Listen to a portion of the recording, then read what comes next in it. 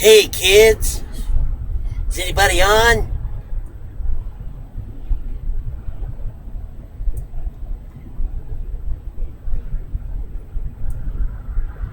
Hey kid, come here, I got a puppy for you. Your mom said for me to find you and give you this puppy. Come over here to my Chase van.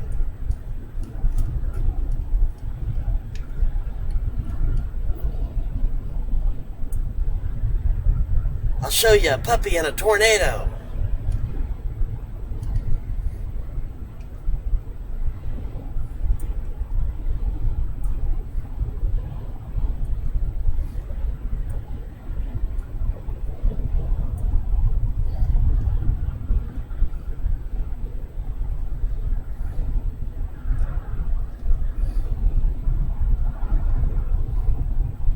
Miserable weather in the Grand Canyon, but I managed to get some shots before the fog totally socked it in, and the rain and thunderstorms. It was just nasty, gnarly. So we're out of there. I got to meet Bob. We had a sandwich there, and I showed him the Chase vehicle. We sat in here and talked for about 30 minutes and walked around the Grand Canyon for about another 30 minutes or so in the rain. It was fun. And now we're off on our separate ways. He's heading back to Nevada, and I'm heading down. Not going to do Bryce. Do not have the time to do it. Need to get to Randy's and then head east tomorrow toward home.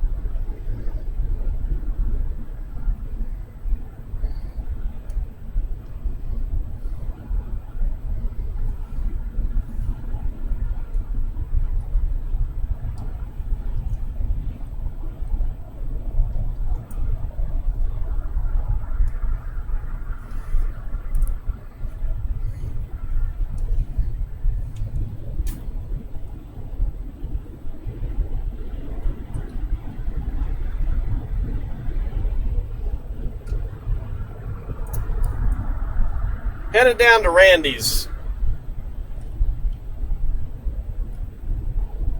I doubt if you're hearing me, but that's where I'm headed.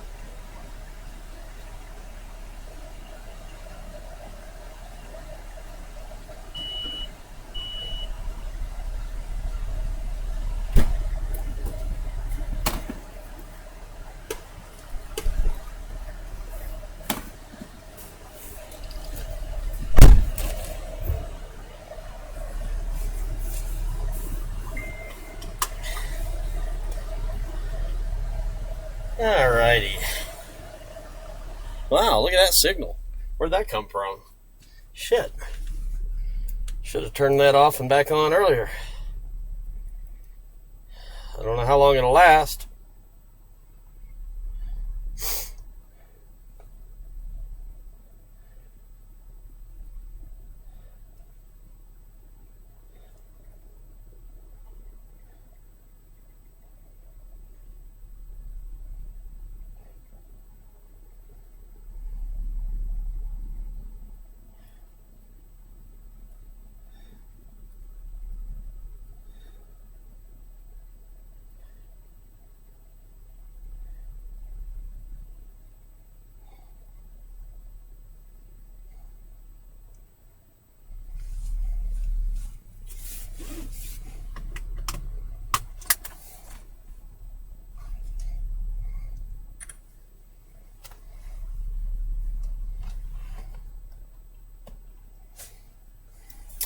All right, we are currently driving through the San Francisco Peaks on Highway 180, which leads down to Flagstaff. This is an absolutely gorgeous drive.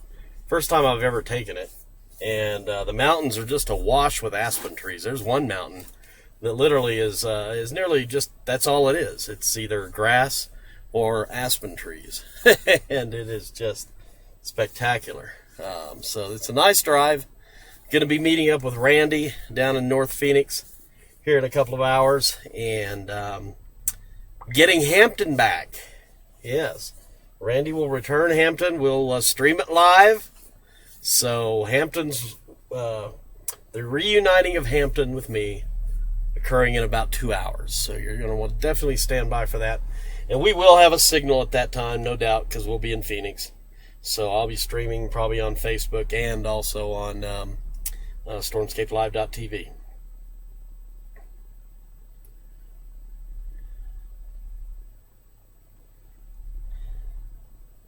So, yeah, Randy's doing okay. He's working. He had to work until 4 today, and right now it's 1:52 Arizona time. So he's still got a couple hours of work left, and I should be getting there about the time that he's getting off work. Maybe a little later, because I'm planning on stopping a few more times between here and there, I'm sure. But, oh yeah, you can actually see, let me show you this mountain here. You can see it. Look at that. That is one big old patch of aspen right there. I'd love to get up there and walk around in that. That is gorgeous.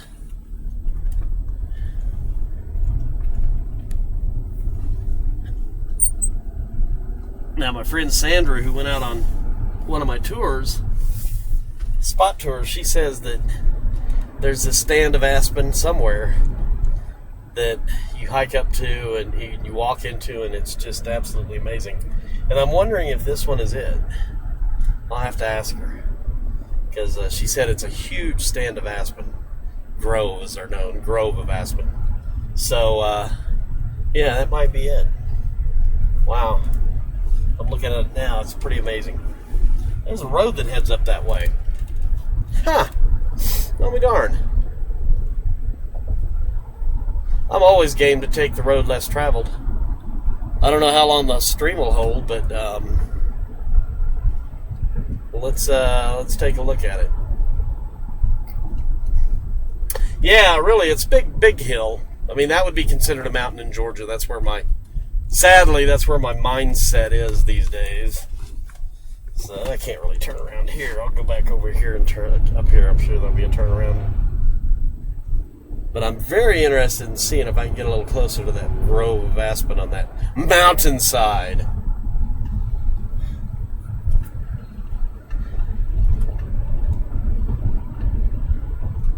Here's the turnaround.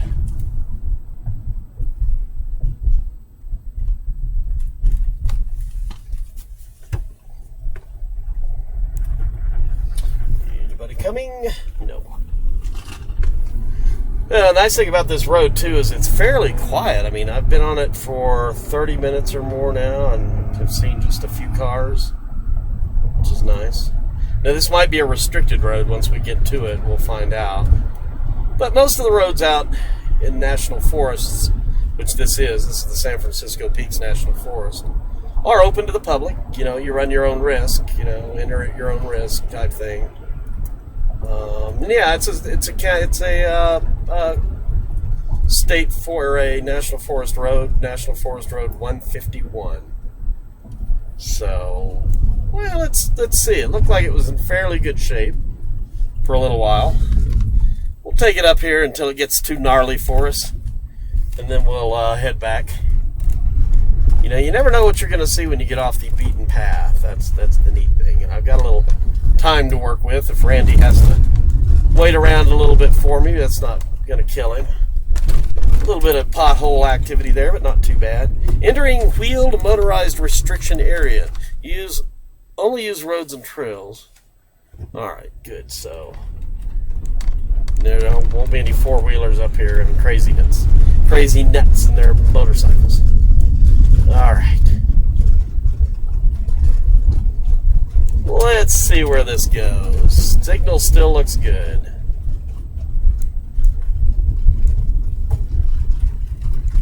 Might see a bear or a cougar.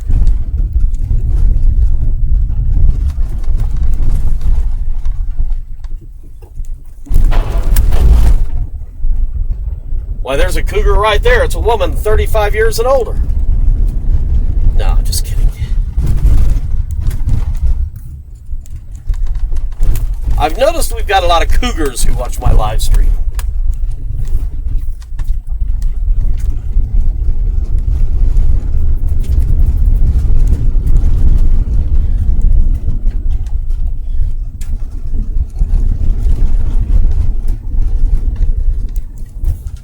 Woo! These potholes are nuts.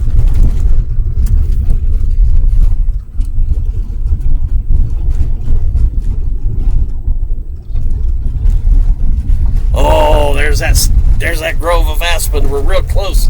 We're real close to it, folks. This is awesome. So, what you could do is literally park right here and walk up into that grove of aspen. Walk at your own risk. And you know, I think that's what Sandra did. So if anybody happens to see Sandra on the stream, let her know I think I found her grove of aspen.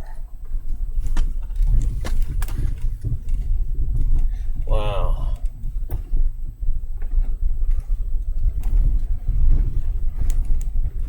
Bluebirds playing in the pothole water. That's wild.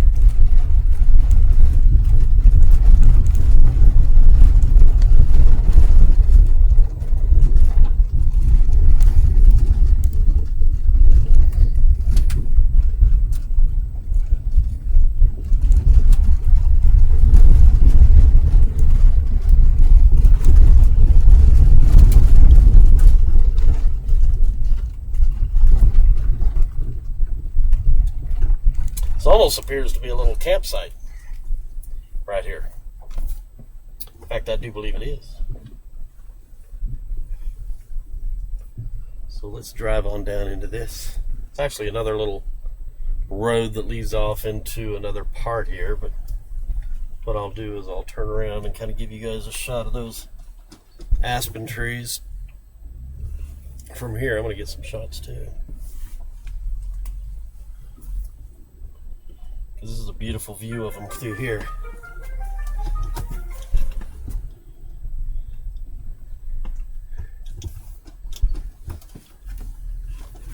Now the lower aspen have not turned yet. You can see they're green here in a minute when I show you. You see these lower stands of aspen down here. They're still green, but the ones up here have turned very nicely. Man, I'd love to be walking around up in there in that right now. Look at that.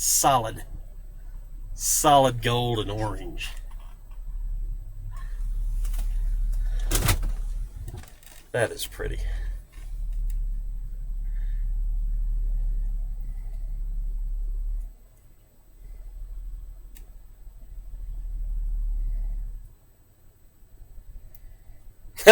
Alas.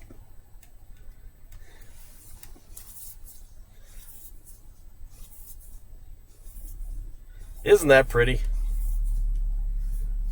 I think fall is definitely here, folks.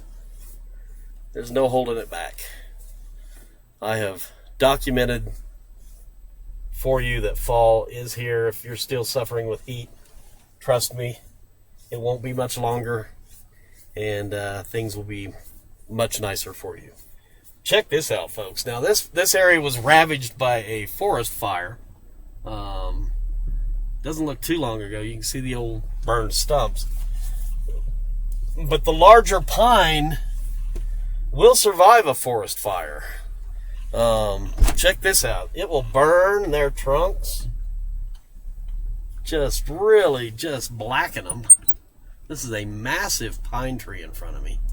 And you can see its trunk is just black as can be from the forest fire. But up high, not too high, there's a lot of life in this tree. There's a lot of green left. So it was tall enough and big enough to survive the forest fire.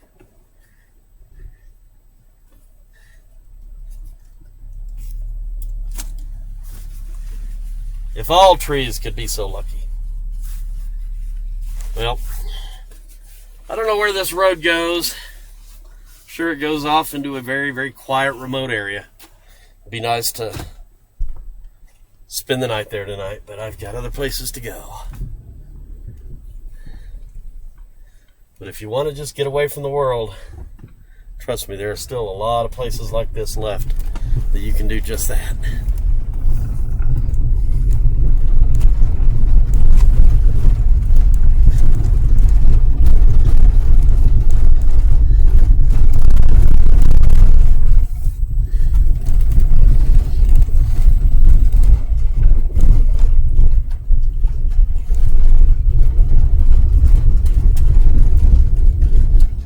Wish there was some sunlight today. That mountainside would just be incredible.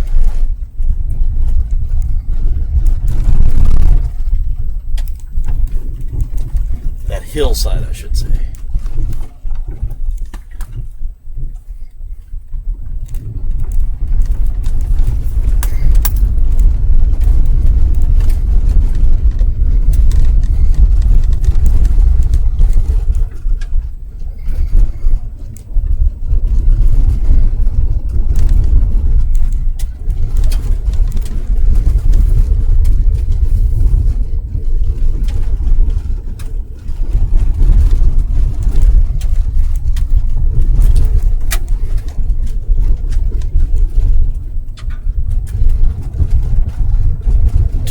From Hampton, Sarah. 2 hours. Maybe 3. Possibly 4 or 5. Depends on how many stops I make. But it's happening. Hampton will return today to his rightful place in the cowbell. Stuffed in the cowbell.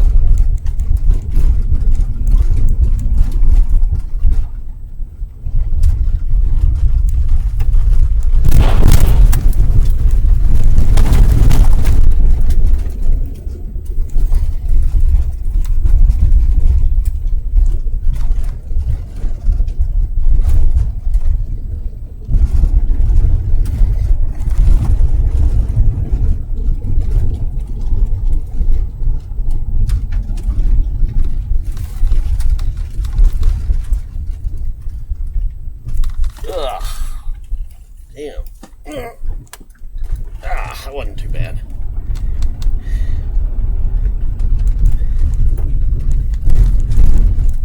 These potholes are just perfectly placed obstacles.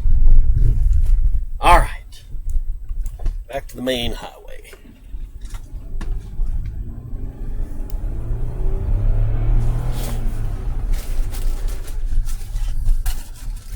Now, I heard the cowbell. There it is.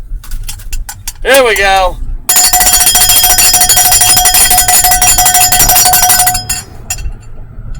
Now we can get this party started.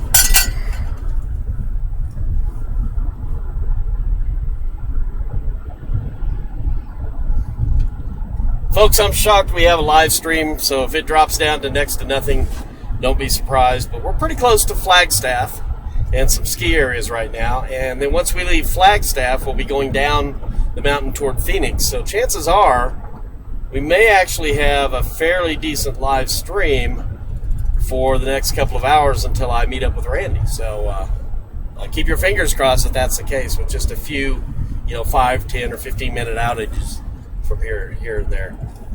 So,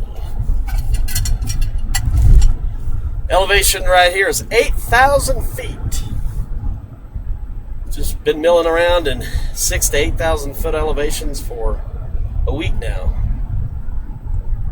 Once I get back down to sea level, I'll be feeling strong, powerful, and invincible. I'll be able to walk up my stairs and not get winded. It'll be amazing.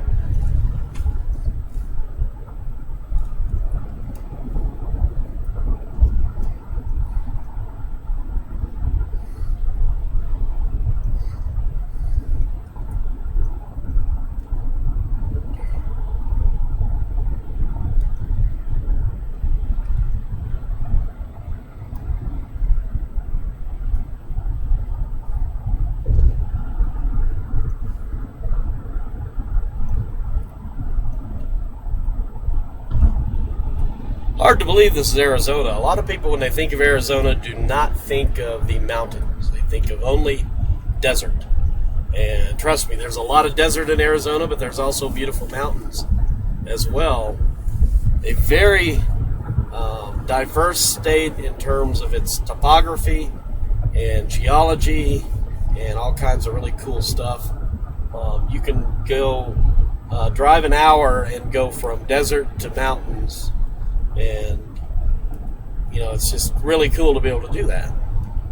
So, Arizona's a really nice state to live in if you love diversity like that.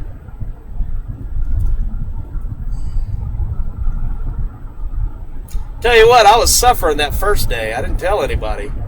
I didn't let on, but that day and then that night, man, I was having some serious elevation issues. But I knew I had to power through it. And once you power through, you become accustomed to the elevation after about 2 or 3 days.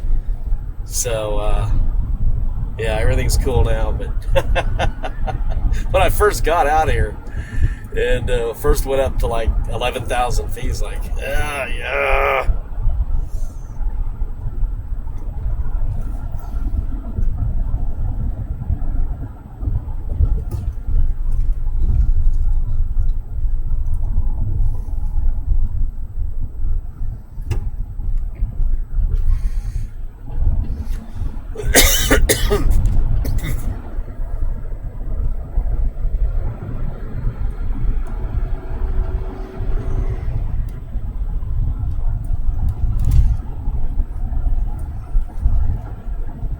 Yeah, it might have been. I did not stop at that little store. Only reason I stopped was to get a picture and live stream it for you guys so you could get a good discussion going about legal and illegal marijuana.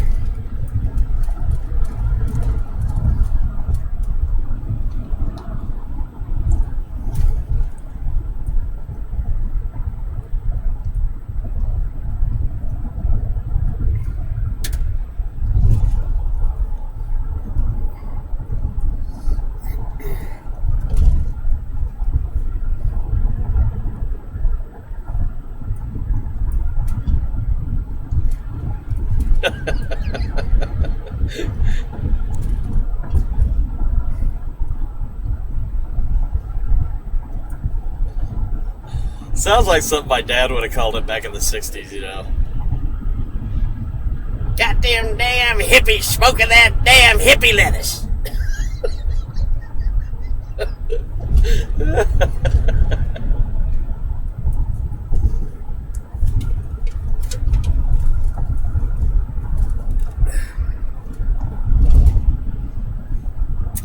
Alright, we've moved up in elevation high enough that we are in now the zone where the aspen has turned yellow.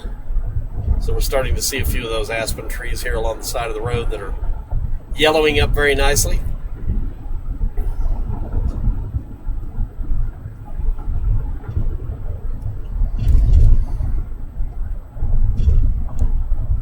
Love those white trunks of the aspens.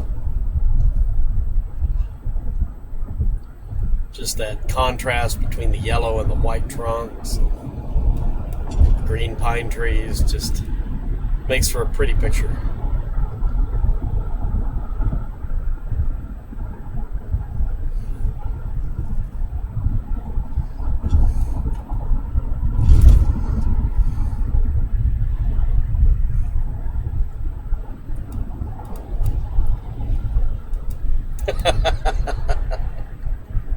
You never knew me when I was well, Mary Lou. Come on now. I've always been a little unwell.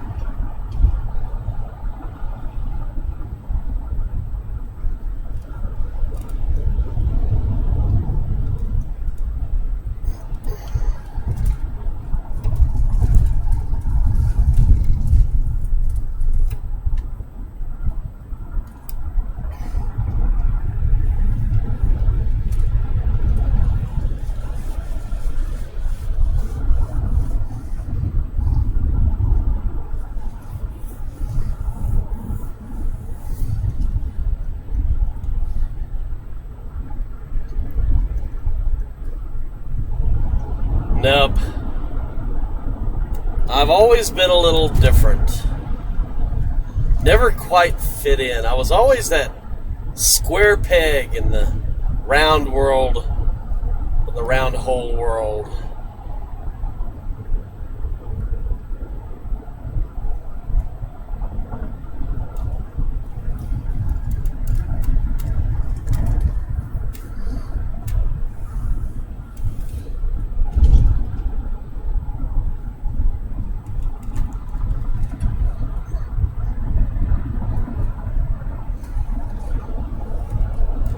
I think a lot of us on this chat are that way. That's kind of why we all kind of gravitate together. You know, the people that aren't like us have kind of come and gone on the chat, but that core group of folks here that tend to chat all the time on Stormscape Live, I think we're all a little bit like that. That's kind of what we like it. We like it like that. That's why we like each other so much. Because we're freaks of nature.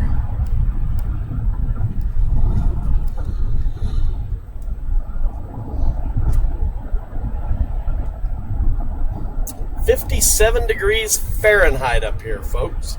It's going to be interesting to watch the temperature change from Flagstaff to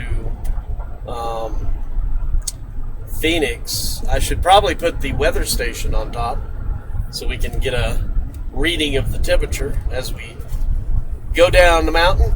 That'll be fun. So next opportunity I get to stop, I will put the weather station up for everybody.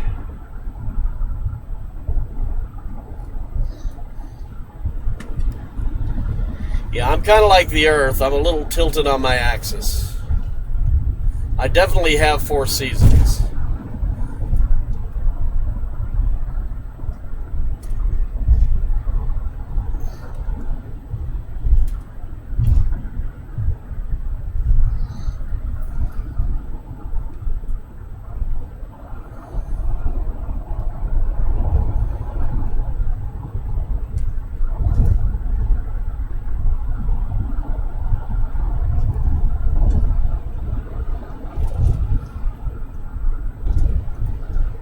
Another one of those Forest Service roads.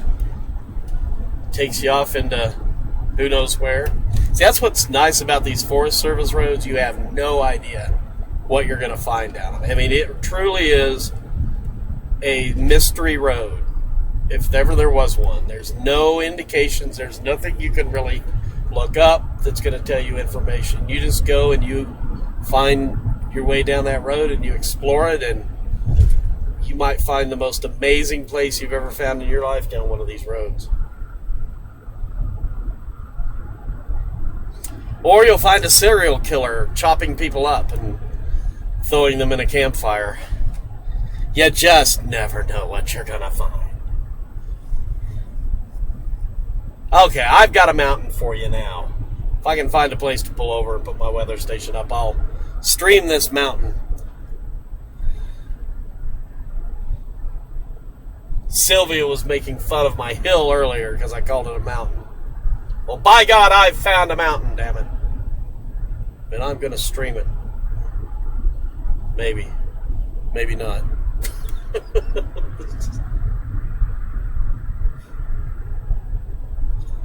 Let's see, what town is this? This should be Snowbowl. Snowbowl ski area.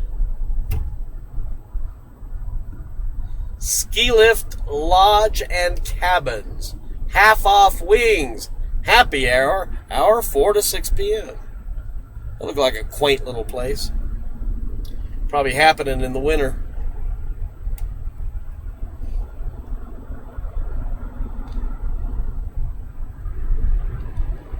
Ah, it's you, Sarah. Here I am blaming Sylvia, and it was you. I should have known.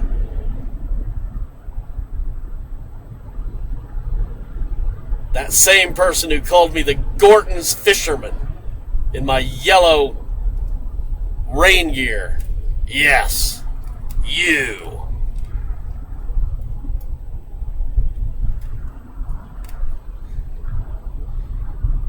Saying I was wearing a banana suit. Yeah.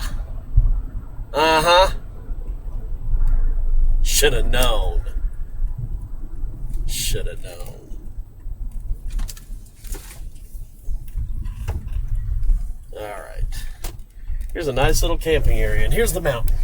Wow, this is not a camping area. It's like a picnic site. It's amazing. See? Now there's a mountain.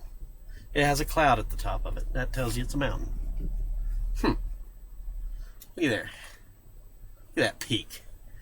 That's a mountain. Might be Mount Humphreys. I think that's like the tallest mountain in Arizona. It's supposed to be up here somewhere. All right. Let me get the weather station going.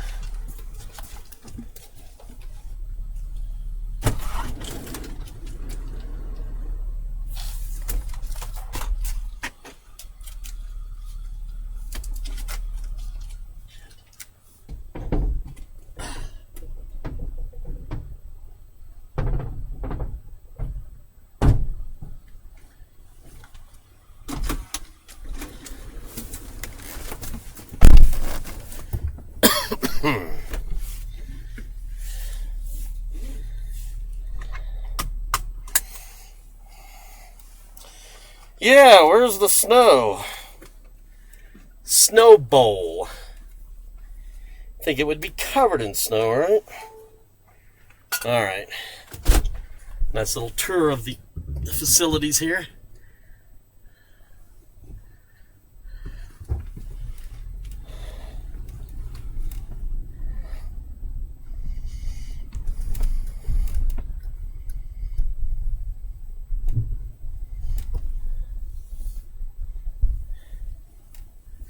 How would you like to be right there?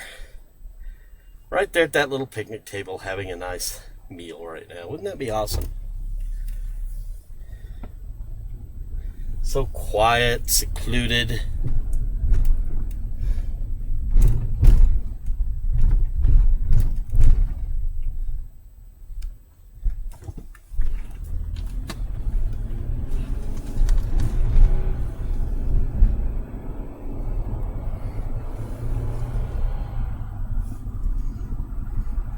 Alright, next town is Flagstaff. Let me get my weather station activated for everybody. Takes a couple of minutes for this thing to load. There we go.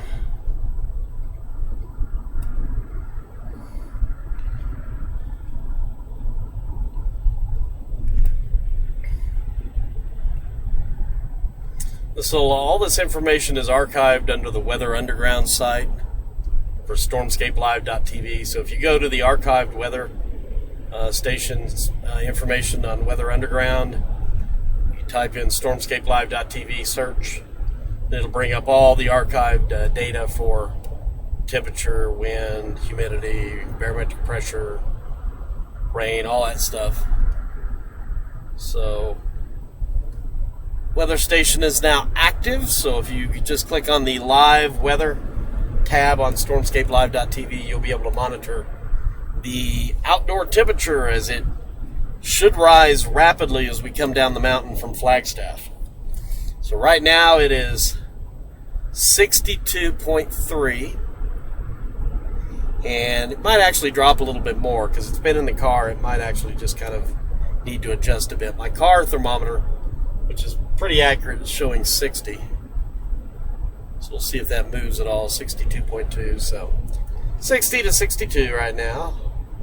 And I'm sure it's well up into the 80s, maybe the 90s in Phoenix today. I don't know.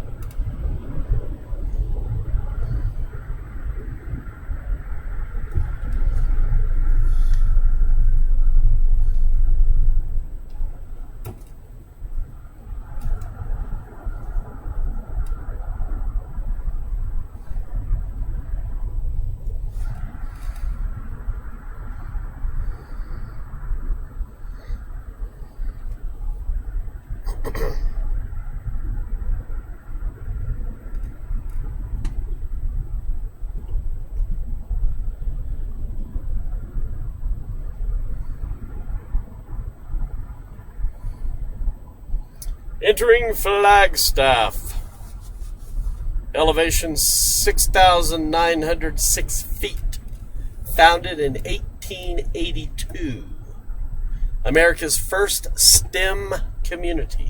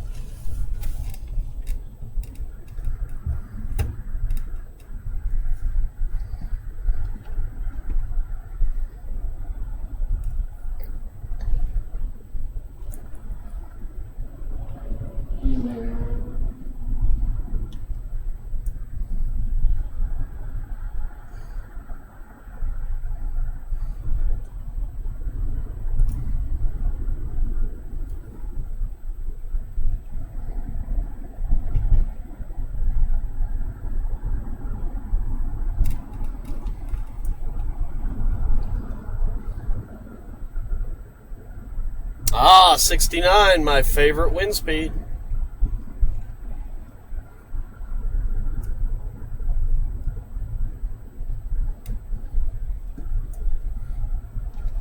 Are you going to get out there, or are you just going to drive down the middle with your signal on?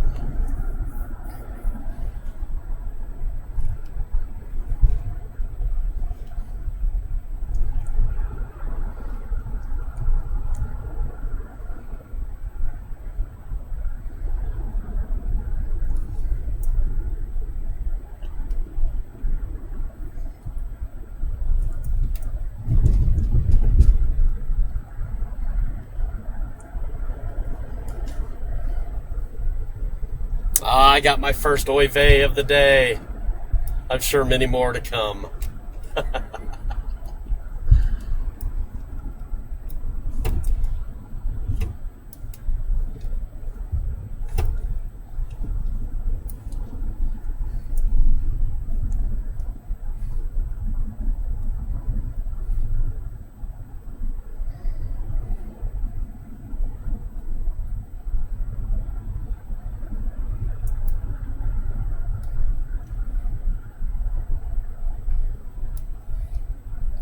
Man, I want some fudge. I'll bet you I could get some fudge in this town. This just looks like a fudgy town.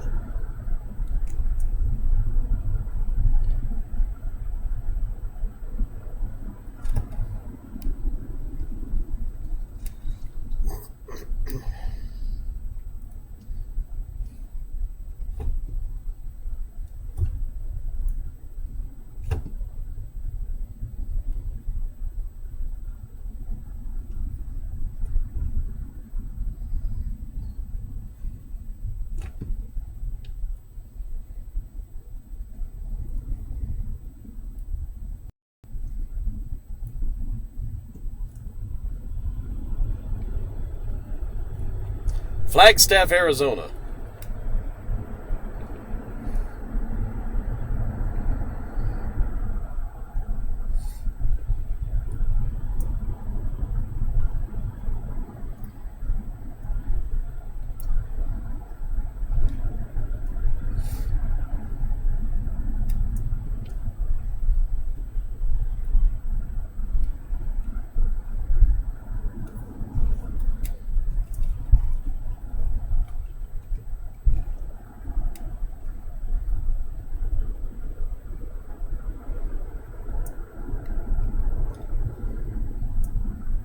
Yeah, it's a really nice little town. Lots of trees, not desert at all. They get a lot of moisture up here throughout the year, so there's a lot of greenery. They get a ton of snow in the winter. Not too much. It melts fairly quickly. It's usually a wet, gloppy snow they get up here, but they'll get sometimes 1 or 2 feet of snow with single storms. And then you just drive down the mountain about a mile and you are in Phoenix, where it's in the 80s or 90s and no hint of snow. So, like I say, Phoenix not a bad place to live if you know, especially during the winter when the temperatures aren't in the hundreds every day, they're in the 70s and 80s. And then you can just drive an hour north and get into the snow. That's pretty appealing to me. It's just those basically May, June, July, August. It's those 5 months straight with temperatures at or near, 100 degrees that just make it difficult.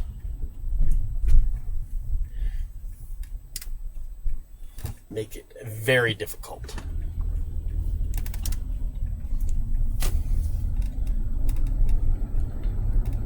Can you imagine that? 5 straight months with temperatures at or above 100 most days, and lows in the 80s. Yeah, Portland's like that. Yep, but you got a nicer climate too. I mean, it's hot, but it's not extremely hot in the summer. But yeah, you can just go up to Mount Hood. Boom, you're there. You're playing in little snowbanks left over from the winter, even in July.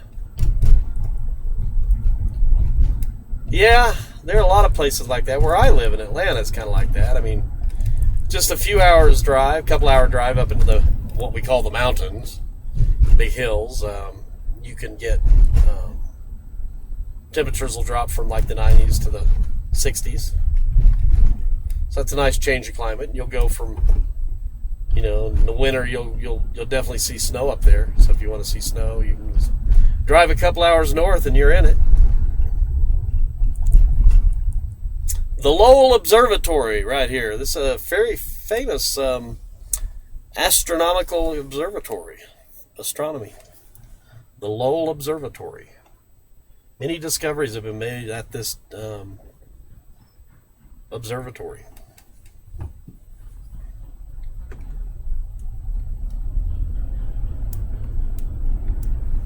Aspen Avenue.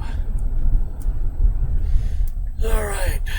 We want 17 south.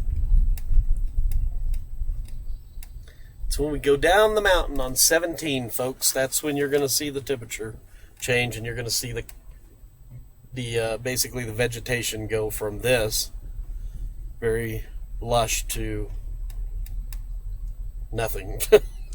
We get into that desert, there's pretty much nothing. There's just scrub and sagebrush and no trees. Very stark contrast.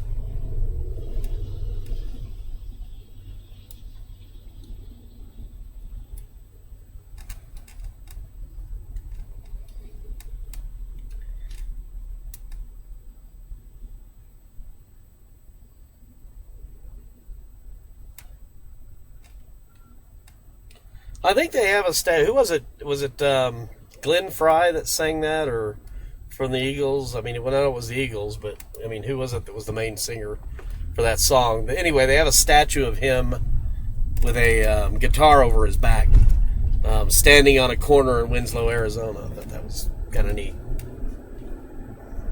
Route 66, historic Route 66, yes. Love it, love it.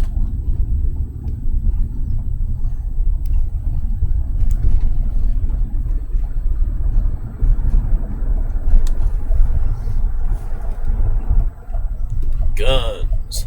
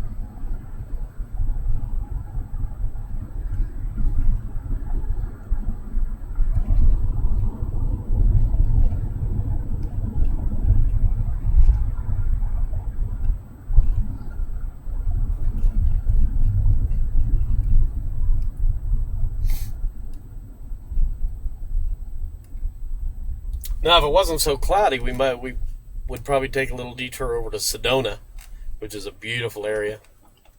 But you got to really hit Sedona when the sun is shining nicely. They have some beautiful red rock cliffs there, and a little bit like Monument Valley, but it's a pretty magical place. And but you really need light to really appreciate it. So we will skip the trip to Sedona, but if you ever get a chance to come to this area, definitely check out Sedona. I can guarantee you if they legalize marijuana in Arizona, Sedona is going to be the hotbed for that. So that kind of tells you the kind of folk that are around the Sedona area.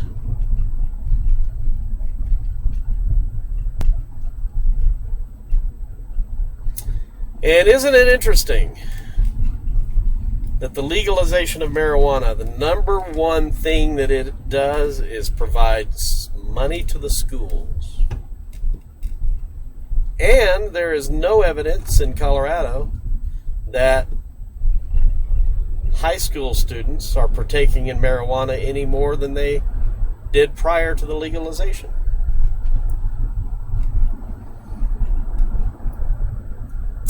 Couple of interesting facts I've learned since being down in this area and immersed in the weed for a week. Interesting tidbits.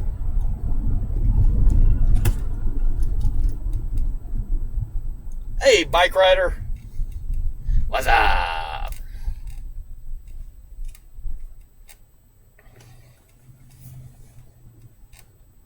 I am headed down there. If Caroline can get over whatever she's got, I'm not going to go anywhere if she's still sick.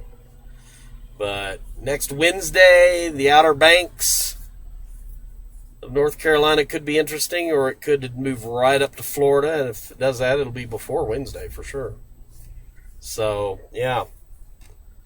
I'm going to do a crazy drive tomorrow, folks. I'll go ahead and fill you in now. Tomorrow morning when I leave Randy's, I am driving from Phoenix to Atlanta straight. I am not getting a room tomorrow night. I am driving straight. It will be a test of physical and mental fortitude like no one has ever seen live streamed. You'll definitely want to be here for that. Definitely be here to keep me awake.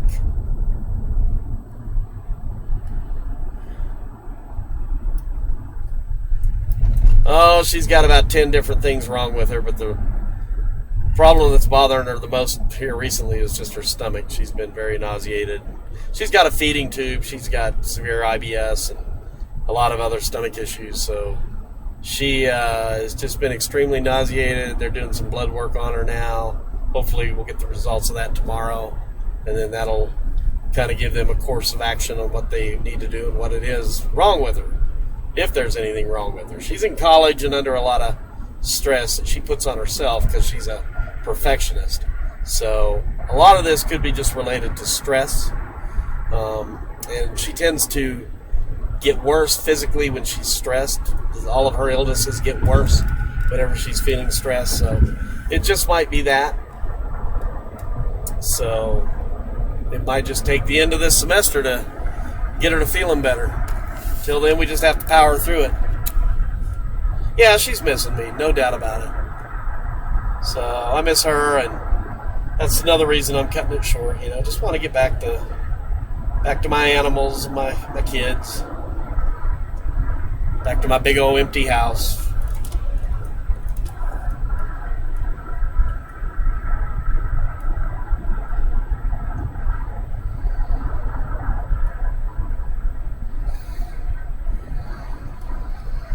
Yes, the hamster dance on repeat the whole way. Oh my God, that would be crazy.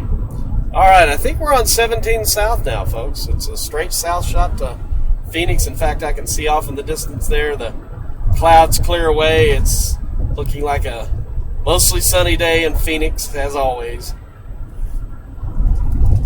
That desert just tends to evaporate the clouds. So you'll literally watch this cloudiness that we have over us now evaporate as we hit that heat of the desert here very soon. Sedona and Oak Creek Canyon, 1.5 mile.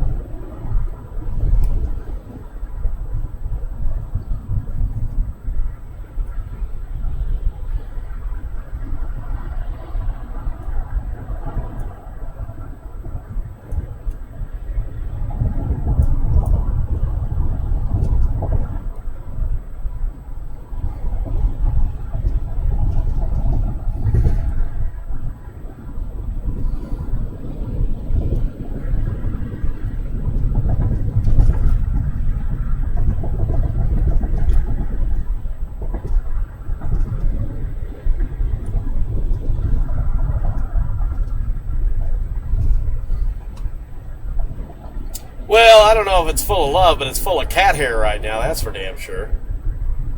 Stupid cats are shedding and getting it all over my furniture and floor. I have a mess to clean up when I get home. Speed limit 75. All right.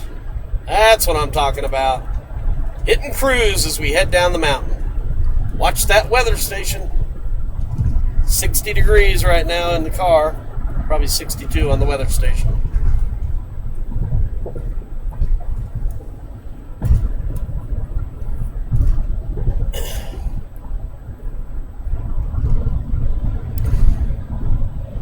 Yeah, I have fleeting moments of sweetness. Very fleeting.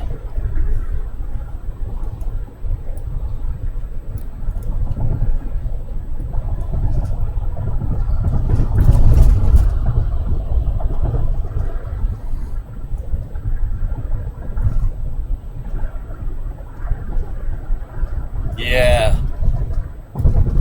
Yeah, I need to find me a cougar less so the house won't be so empty.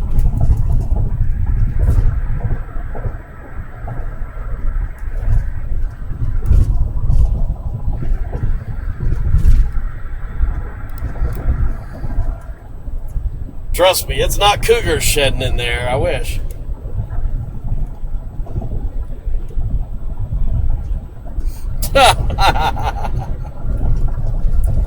How about one of those new brushes that you can put on your tongue so you can brush your cat with your tongue? Have you seen those? Those are pretty cool.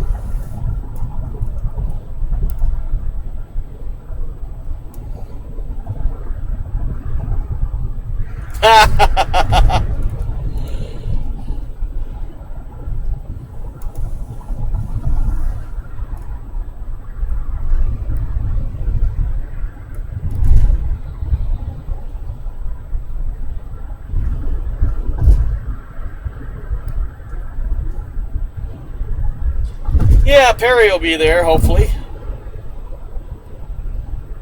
Got to make sure his health is doing well. I mean, he's, as much as he hates where he's at now, he's at a pretty good place to have transportation to, get to his doctor and stuff and care and everything. But if he's doing pretty well, I'm hoping to have him move in probably December. Maybe even before Thanksgiving in November. So that'll be nice. Be nice to have a fellow weather enthusiast in the house. He can have the office downstairs. I've got my office. I'm rarely in it now. I'll just pop in there every now and then, so he can hang out there in the office. He's got that big family room and a bedroom down there. So he's got everything he needs. He'll have a shower, which I'm having built. It'll have all the railings and everything that he'll need. So yeah.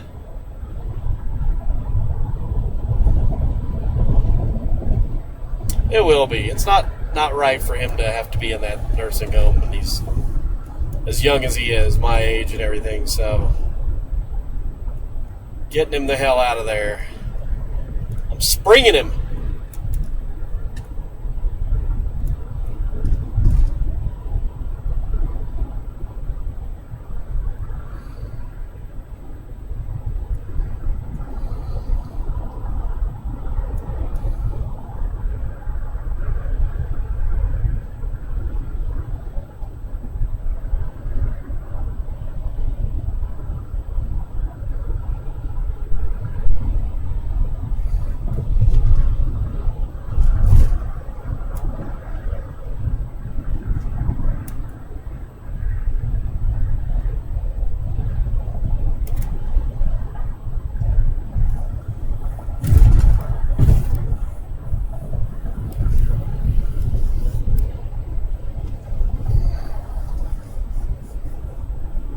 So we should get to Phoenix a little before Randy gets off work. So he talked about wanting to have Cracker Barrel.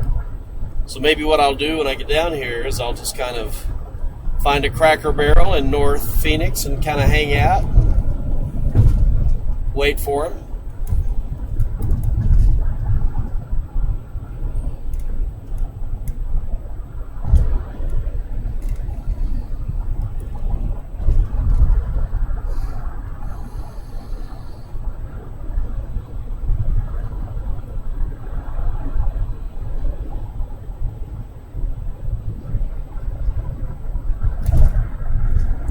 Yeah, Les, that's tough, Gosh.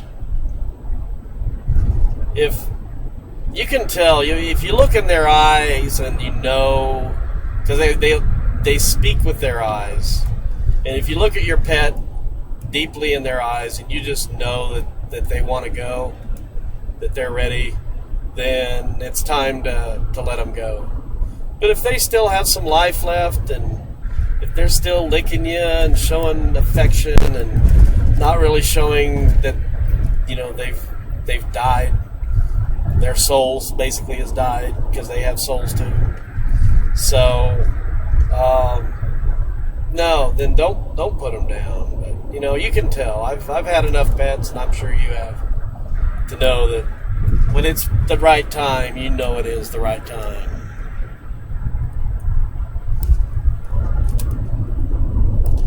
And nobody wants to see any pet or any person suffer. So when it gets to that point with an animal or a human, you know, it's best to just let them, give them in the case of humans, give them an extra dose of morphine and let them go.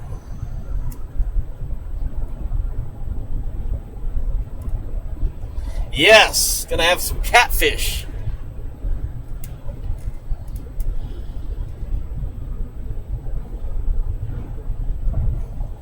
Oh, I've had good catfish in my life, so yeah, trust me, I know that's not the best catfish.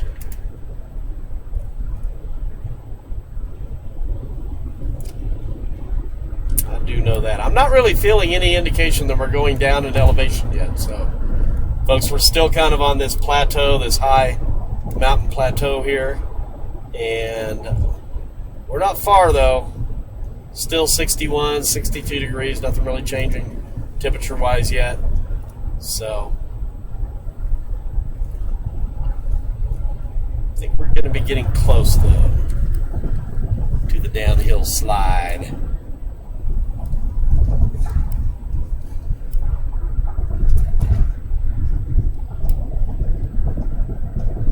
Well, yeah, if he's just sleeping constantly and not showing any real life other than just sleeping, yeah, it might be time to say goodbye, sadly.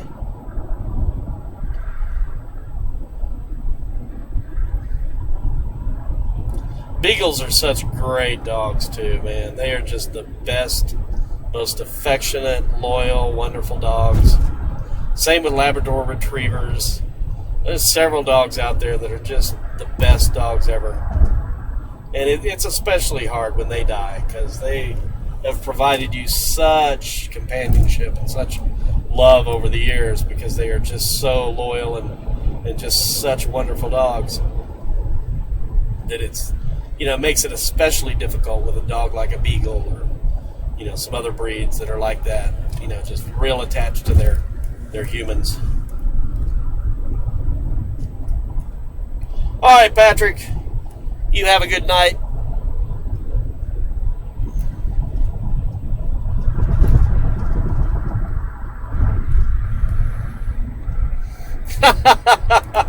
Yeah, Minnesota, I would be a little worried about that. Especially if you're not showing her any life anymore. It's either time for death or Viagra. Look at that solid area of clear sky over the desert, folks. Isn't that wild? I mean, here we've been socked in clouds all day. You can literally see the edge of the desert by where the clouds stop and the clear sky begins. And then look at that big, massive, towering cumulus down by Phoenix. We might get us a haboob tonight. Oh my God, that's massive. That is cool. Let's get us a haboob.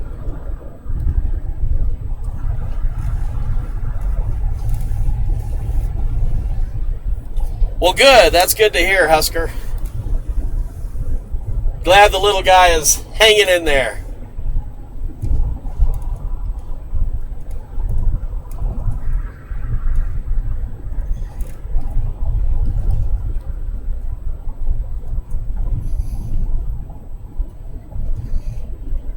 Did somebody say boobs?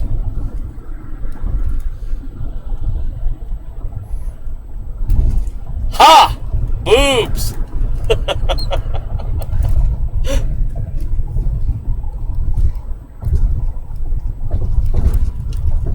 Aha! Boobs!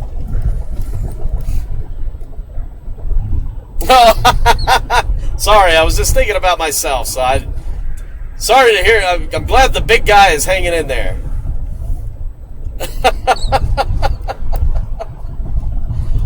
Sarah, you came back to haboobs and penises.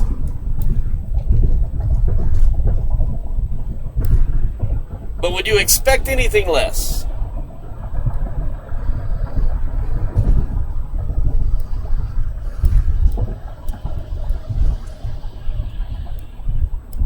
All right, everybody, let's keep it classy now that Sarah's back.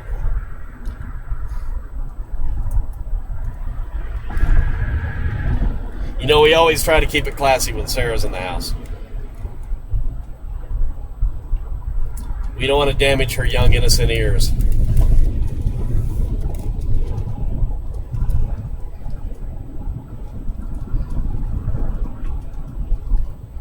I'm impressed by that towering cumulus. I want to get another look at that sucker. And we will when we come down the mountain. Goes to show, I mean, if there's been this much rain up in the mountains, this disturbance, whatever it is has got to be pretty strong. So there might actually be some decent thunderstorms around Phoenix today. There it is, off to the left of the road. Look at that thing. That's impressive. Shit, we might be doing storm chasing today instead of running off the Cracker Barrel. Dang. Ah, far from innocent.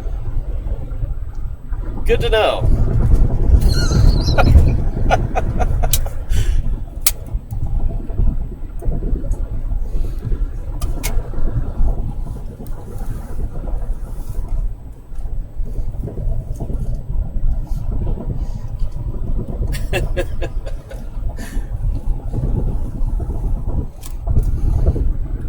Nothing on radar yet. Okay, so this is newly formed. Probably high-based.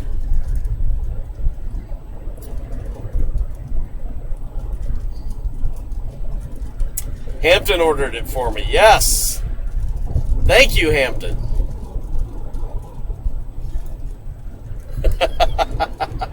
I figured I'd have a third one by now.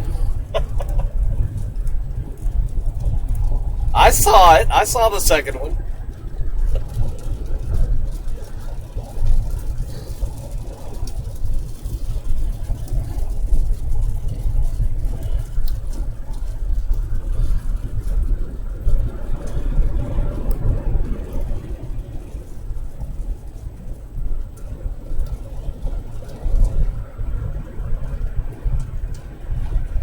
Alrighty. Now we're definitely going down in elevation. It's up to 64 degrees. I'm basically just kind of coasting much of the way, just every now and then tapping my accelerator. So it's not severe elevation yet.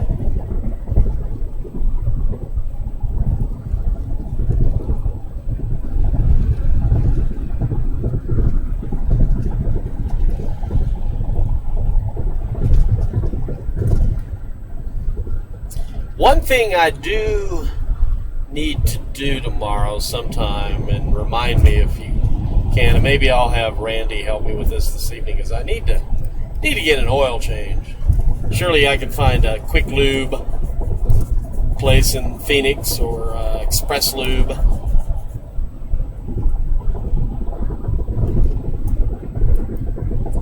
Where would that be? Man, that is looking southeast. So that might be forming around the Superstition Mountains down to the east-southeast of Phoenix.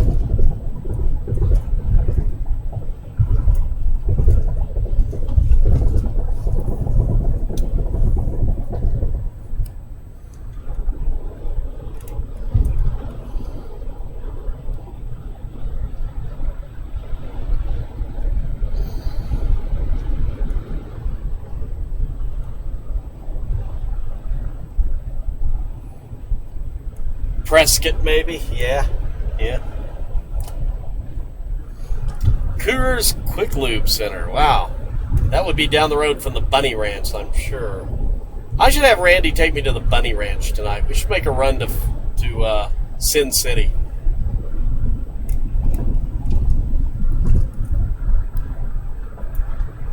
Randy has this really cool Bunny Ranch t-shirt that he always wears. I want one. Sorry, ladies, I'm not here for sex. I just want your t-shirt.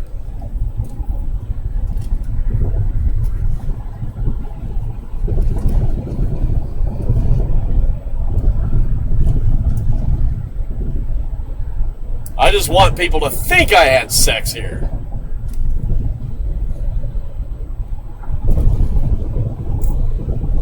Come on, what does it take to get a third oy vey?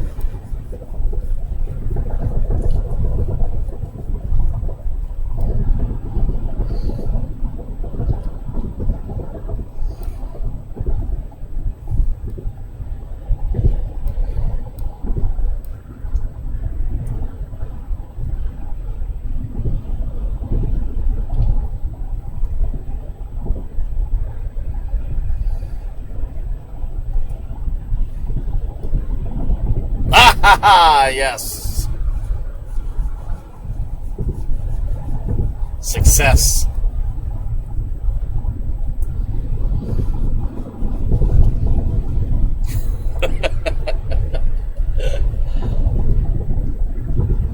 Good, good. That's what I want people to do. I want them to laugh and shake their head the whole way.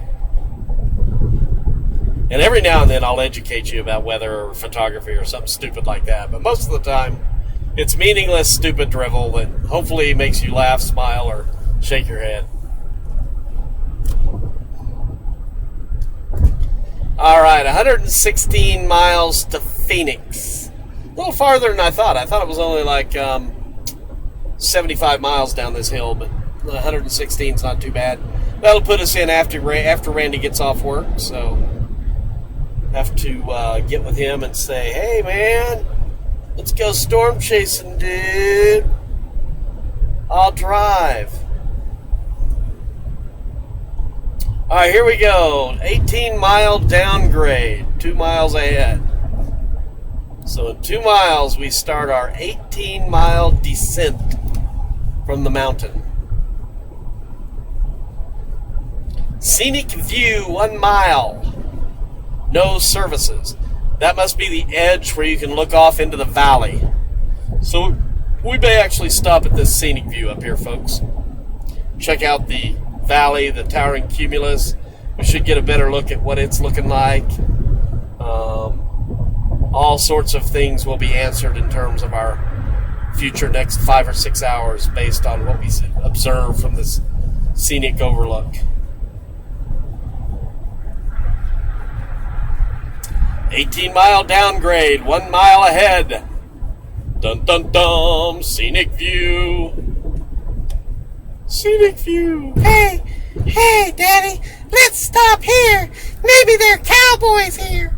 I haven't yet to see a damn cowboy. I've been all over the West. You promised cowboys. There are no cowboys out here. I want my cowboys.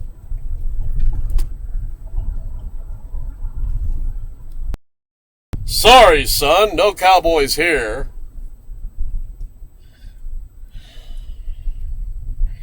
Pretty. Very pretty.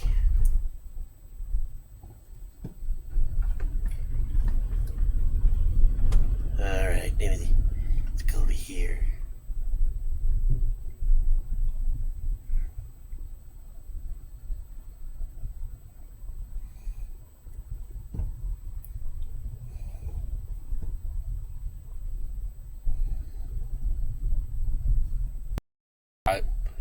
We've seen much better. I'm not impressed. It's basically just a valley. It's not even the valley that leads down to Phoenix. It's just kind of more of a high mountain valley, so. Dang it. Freaking bug splatter. Right there on the stream. And I can't do anything about it because my windshield washer doesn't work.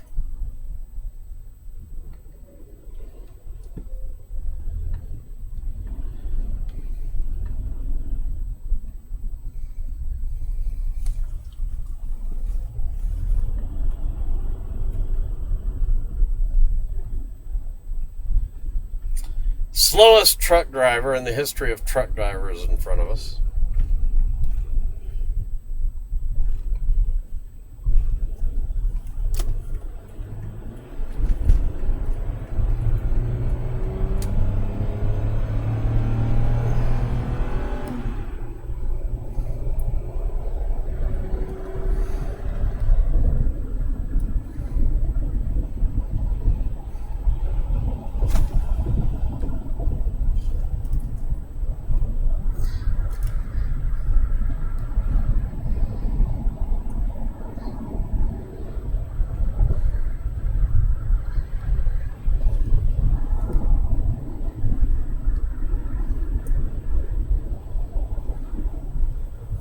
.6% grade, next 4 miles, 18 miles to go.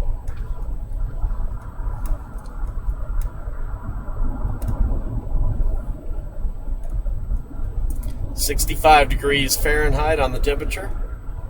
I will periodically update folks on that. You can also go to live weather on stormscapelive.tv and check out the live weather station temperature as it rises rapidly as we drop down the side of this mountain here.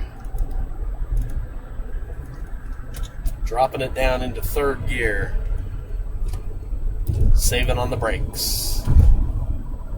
Runaway truck ramp, 10 miles ahead. I pity the fool that has their brakes go out before 10 miles. That's a long ways down this mountain to have no brakes to wait to get to a runaway truck ramp. Look at that valley. See, now you can see the haze from the city of Phoenix. All that kind of bluish color down there in the valley.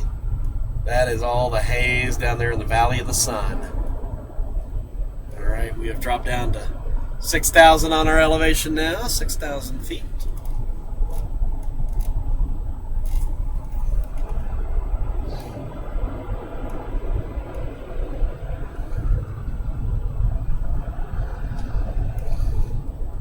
It's not too bad. I'm gonna pop it up to fourth gear.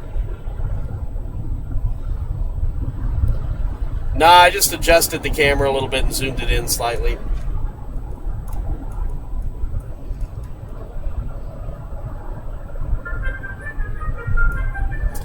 Alright, so we got about 10 more miles of trees, and then it's desert.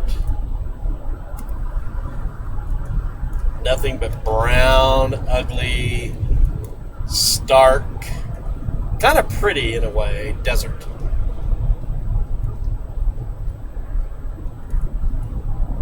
My ears are popping.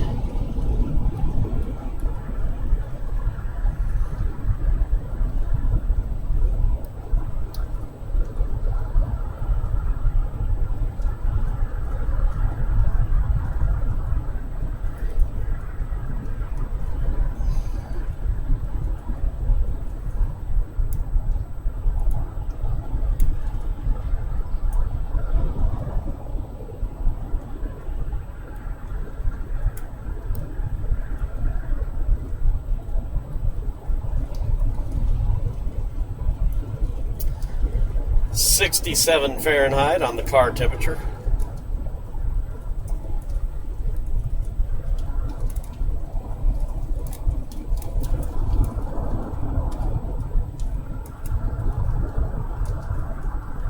We are in a Category 1 hurricane with 82-mile-an-hour winds.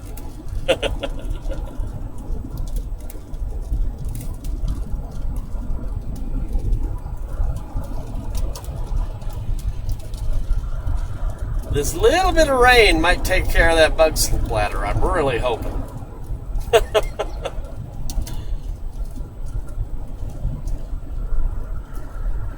Who'd have thunk the most rain on this entire trip that we've encountered has been in Arizona? Rained yesterday. It rained all night last night at my frickin' motel. And I got up this morning and it was foggy as all get out. And then it's rained off and on since. It was raining and thundering in the damn Grand Canyon. Rain out here as we're heading down to Phoenix. Rain everywhere. I thought this was a dry state.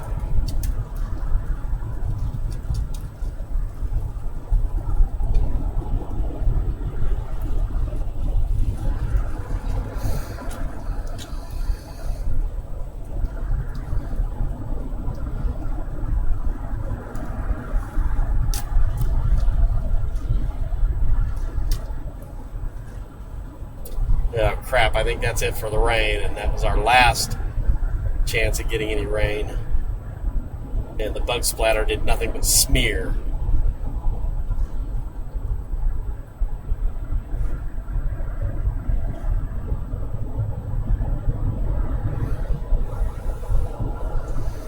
.108 miles to Phoenix.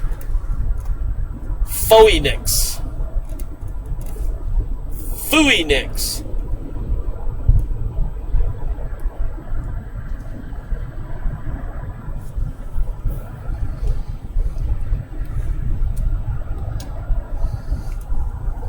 Leave it up to Les to introduce rectums into the conversation. That's why Les and I get along so well. We have that same sick personality.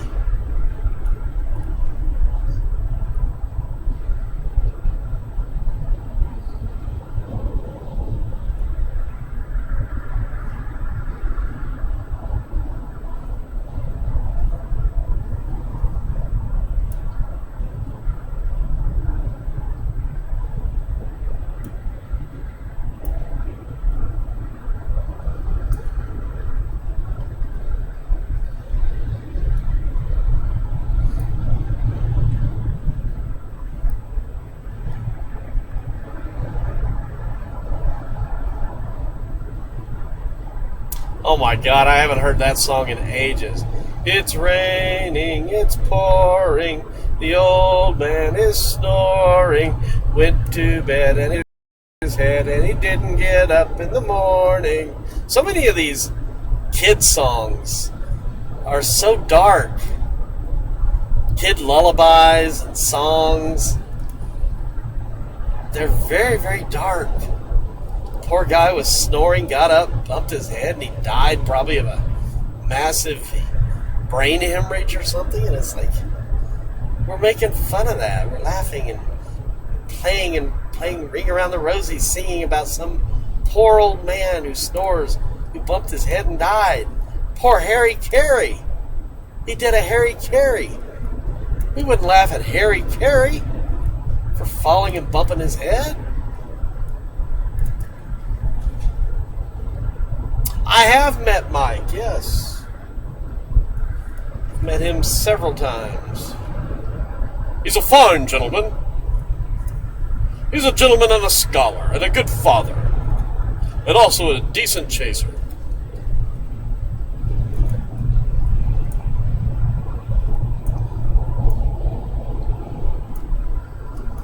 Hell, you're not a haboob expert. You just stand out on your front porch out here and you're a haboob expert. He just happens to drive to them. They're all over the damn place.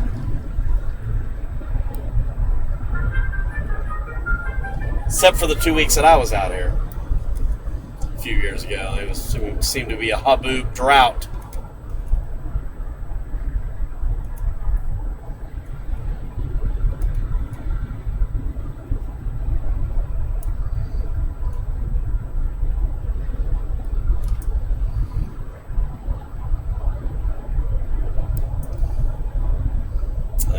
Coming down into the valley. We're getting there, folks. We're getting there. The trees are looking a lot more scrubby, aren't they? They're not looking nearly as lush. The mountain is looking stark and rocky. Oh, it's getting that desert feel. 71 degrees Fahrenheit. Starting to look an awful lot like desert everywhere you turn. La la la la la la la la la la la la la la la la la la la la. It's beginning to look a lot like desert.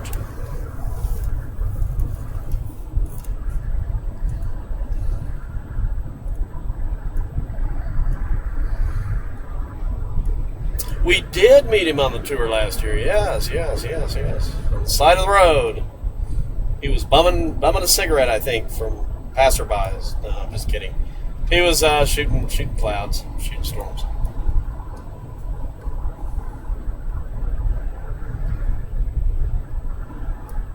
Fine young man. Yes, he is. Fine young man.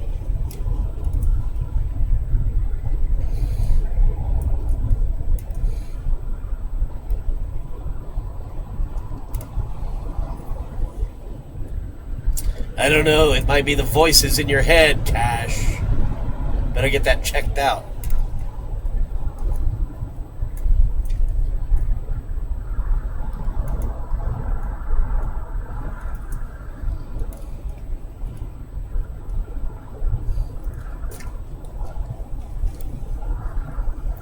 Sedona. The Red Rocks of Sedona. The Red Rocks and Hemp of Sedona.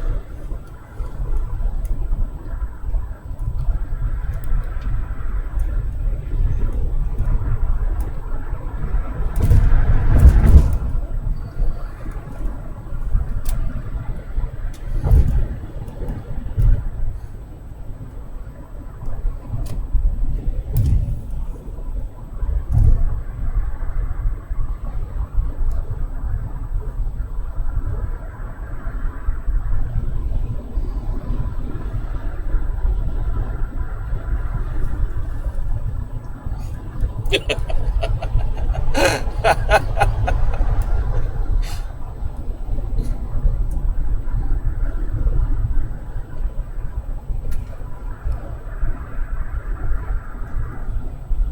have my little package of special brownies from Colorado.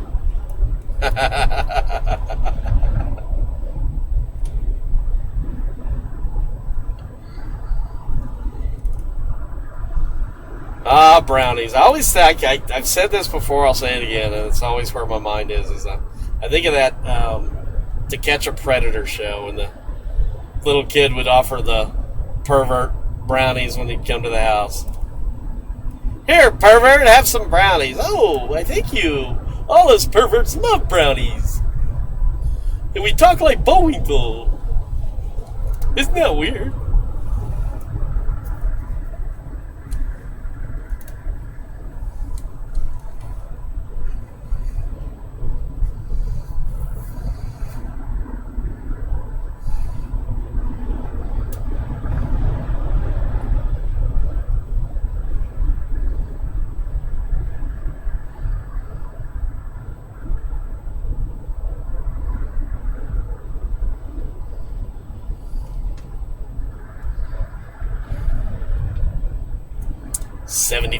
Fahrenheit now. 15-degree rise in temperatures just in the last 10 or 15 minutes. 10 to 15 degrees.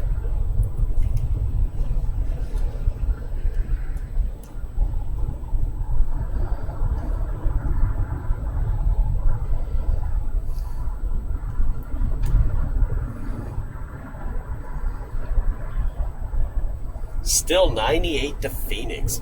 It feels like forever to get to Phoenix.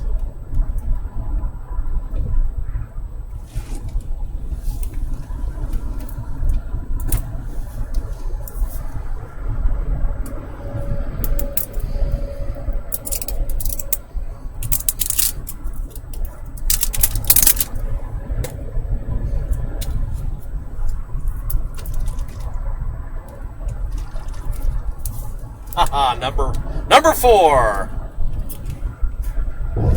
Crap.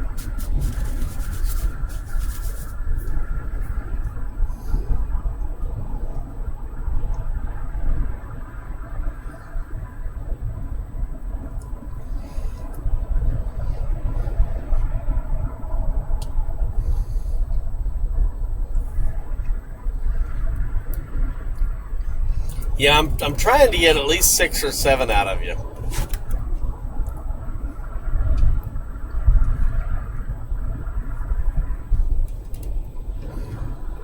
I'm running out of material, though.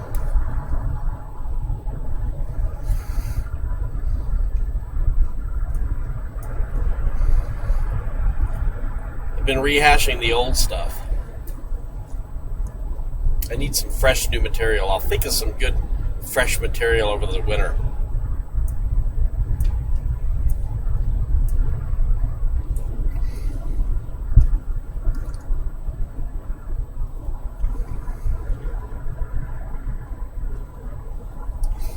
Somebody do me a favor and Google Map Phoenix, Arizona to Atlanta, Georgia.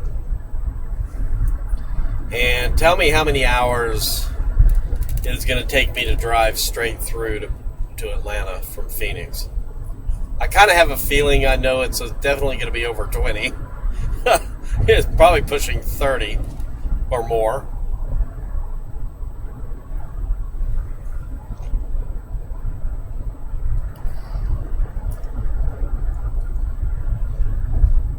She is a very mysterious character, that Amber. We tried to meet up with her a couple of times when I was out here a few years ago, and she just would not have it. Very mysterious. The mystery of Amber.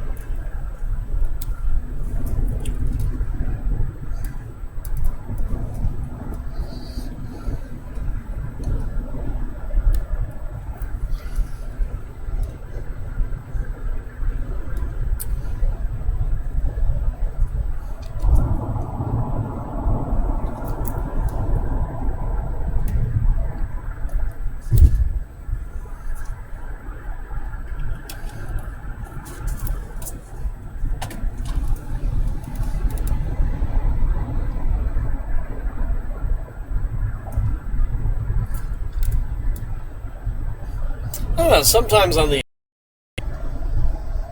windy downhill roads, I just don't feel comfortable going 75 miles an hour.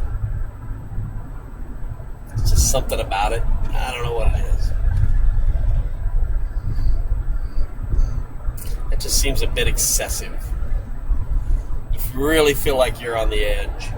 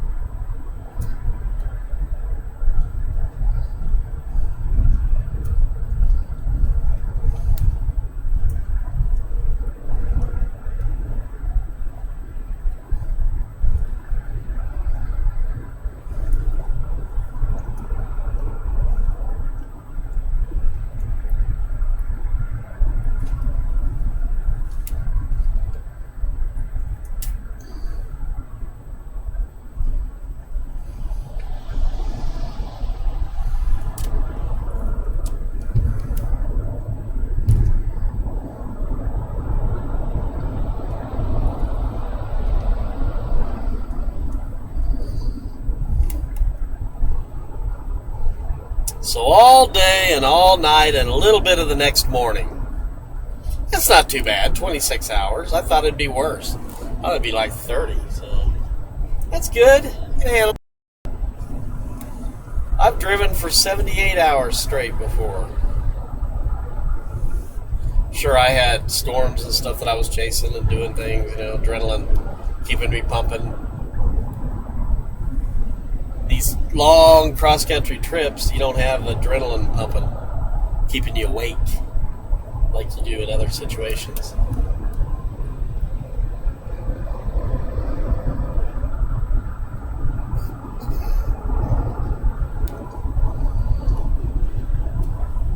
Alright, so there's two mountain ranges.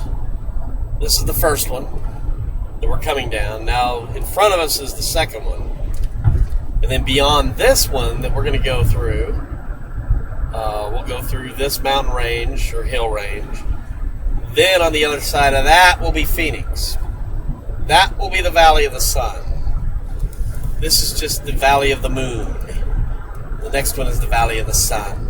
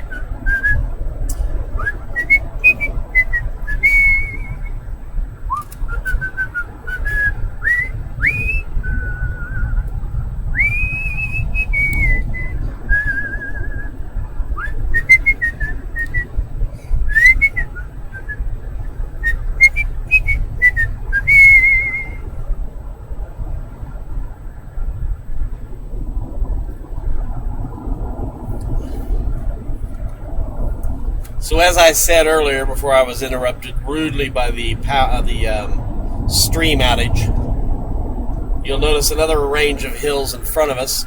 We'll go through those, and then on the other side of this little mountain range will be the Phoenix area, the Valley of the Sun. So we're still kind of technically in that higher mountain valley area here. It's not until we go down the other side that we really start getting into the real meat of the desert.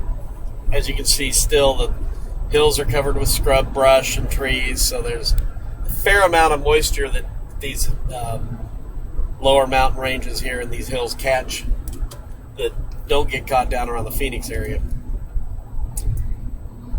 And you can see the clouds are still hanging over this area, but literally there's nothing beyond this mountain range but clear sky and towering cumulus. So again, you can literally see the edge of the desert by where the edge of the clouds are. Pretty cool. Huh? Don't you think? I think that's pretty damn cool. And I hope you do too. God.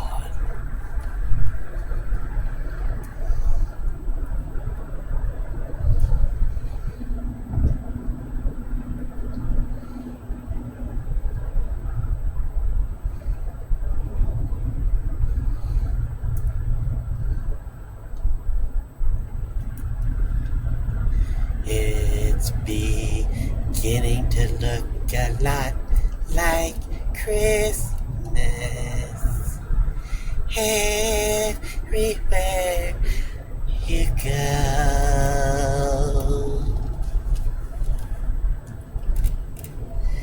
La la la la la la la la la la la la la la la.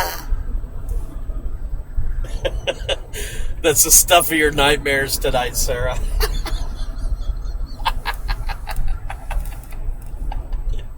You're going to hear me singing in that weird, perverted little voice. It's beginning to look a lot like Christmas.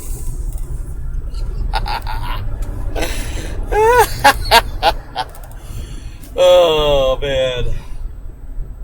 What's wrong with me?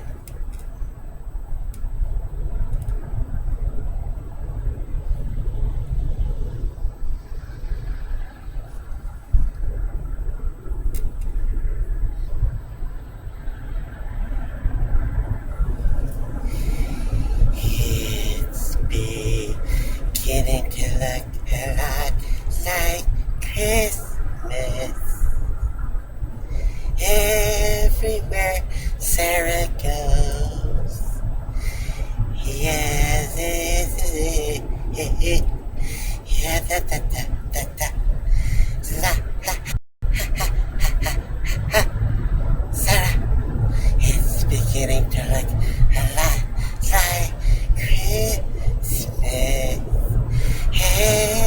Everywhere she goes, she's gonna be thinking about this in her dreams, and I'll be laughing all the way home. Yes.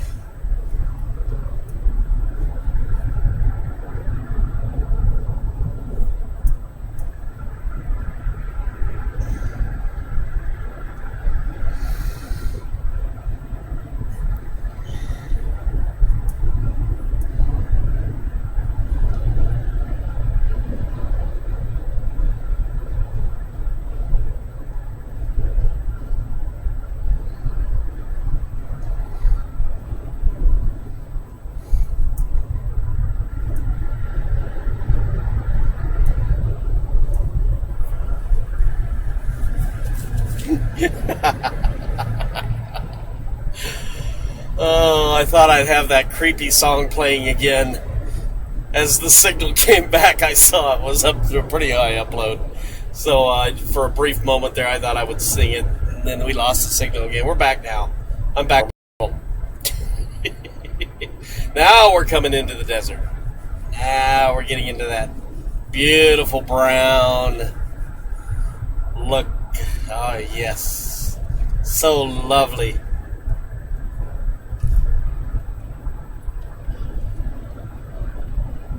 Carol Channing.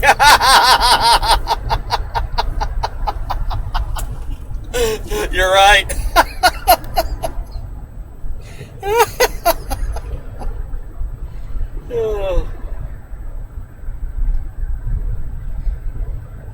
And Sadly, Sarah's gone, so she probably didn't even hear it. She's smart. I'm getting the hell out of here. I've had enough of this shit.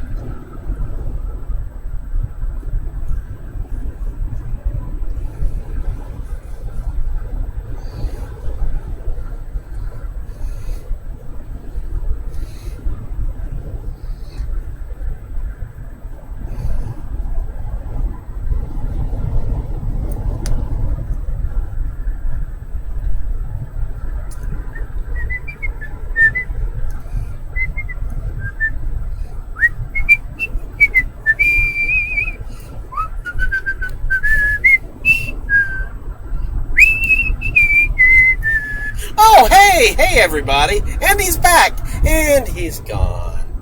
And he's back. And he's gone again. Yeah, he's back. And he's gone.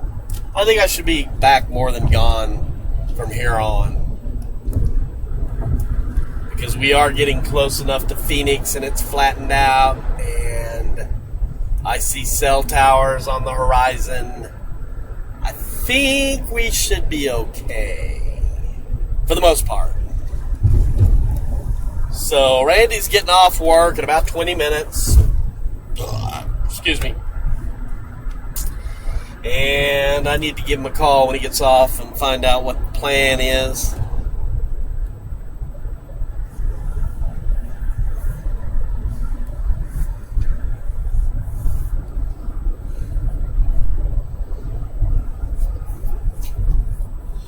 And he's gone. And he's back again.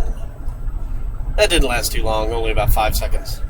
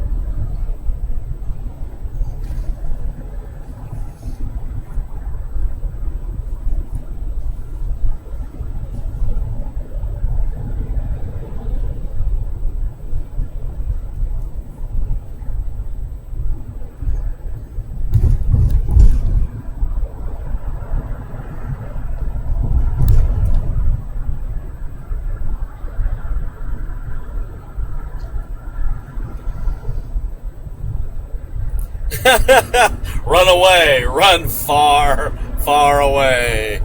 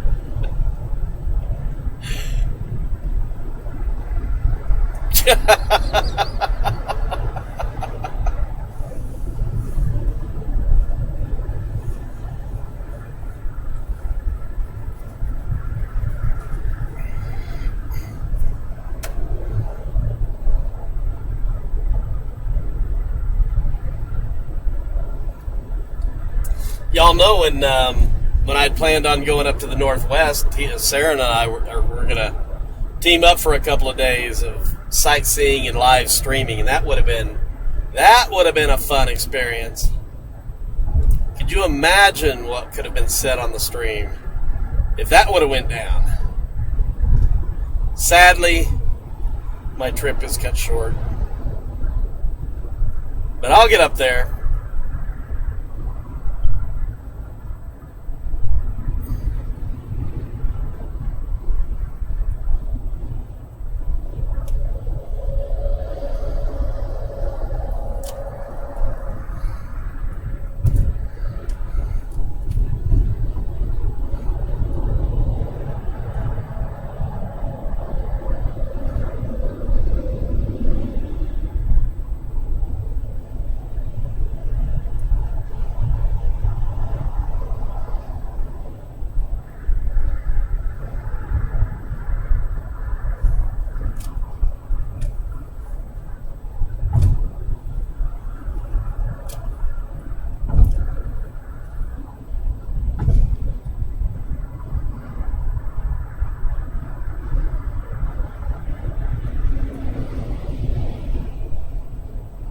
Yeah.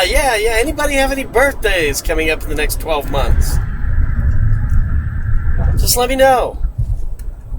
And I'll sing it in my creepy voice. Sarah, when's your birthday? I bet you have a birthday sometime between now and next October 1st.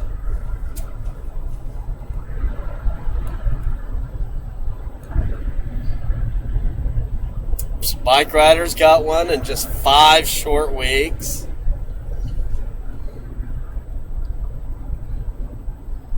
Herb is next June. That's coming. That's right around the corner. Man, right after the holidays, we're right there, Herb, you know. As soon as those holidays are over, we're at your birthday. So, you know, you're just coming right up.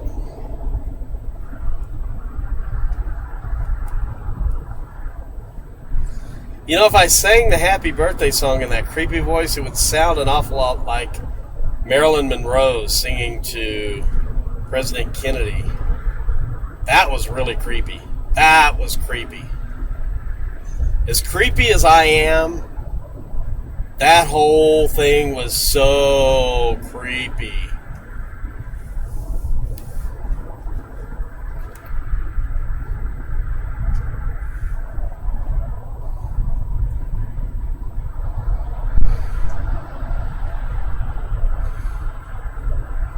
What? Alexi? Alexi has a birthday? I missed that. Oh, heck. December? That's pretty much now. Sarah May, Les May, a couple of May babies there. We got July. We got all kinds of birthdays. I could sing happy birthday all the way to Phoenix. I love the name of this road, Bloody Basin Road.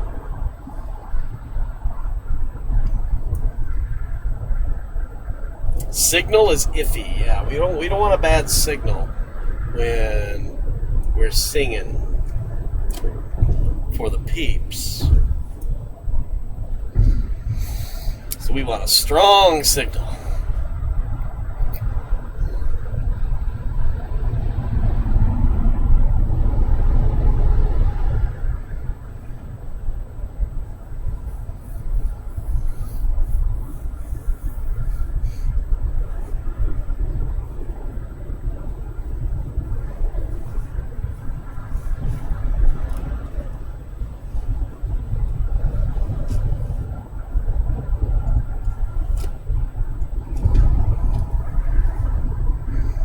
Seriously, somebody post the Happy Birthday Mr. President song and listen to it and tell me that my creepy voice doesn't sound like that.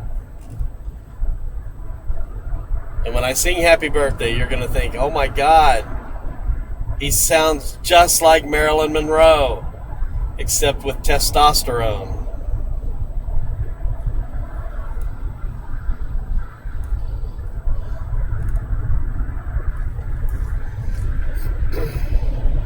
$60 miles to Phoenix. 1 hour. Less than 1 hour, really.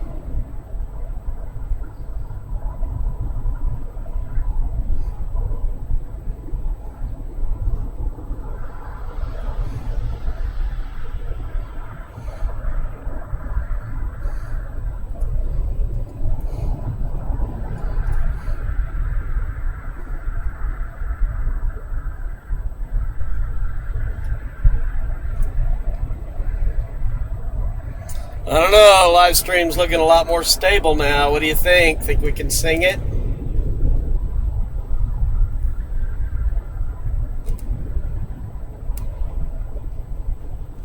Or should I wait until I get on top of the next hill?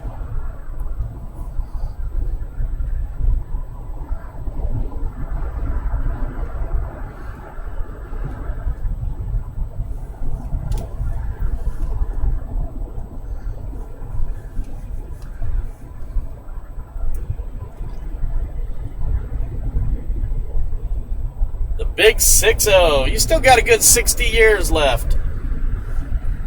Going for that world record. Oldest living human. God, there's so many people that are on here that are so young.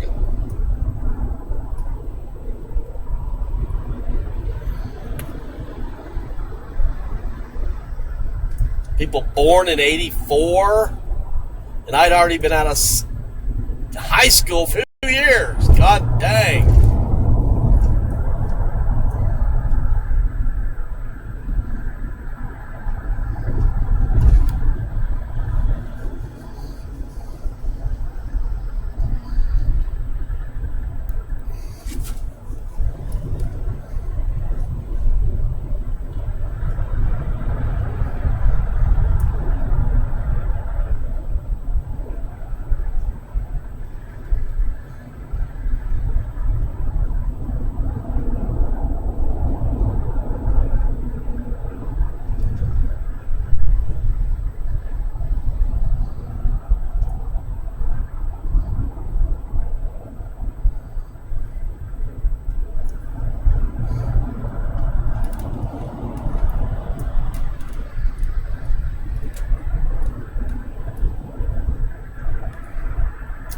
I'm sorry, but anybody born in the 80s and 90s should still be wearing diapers.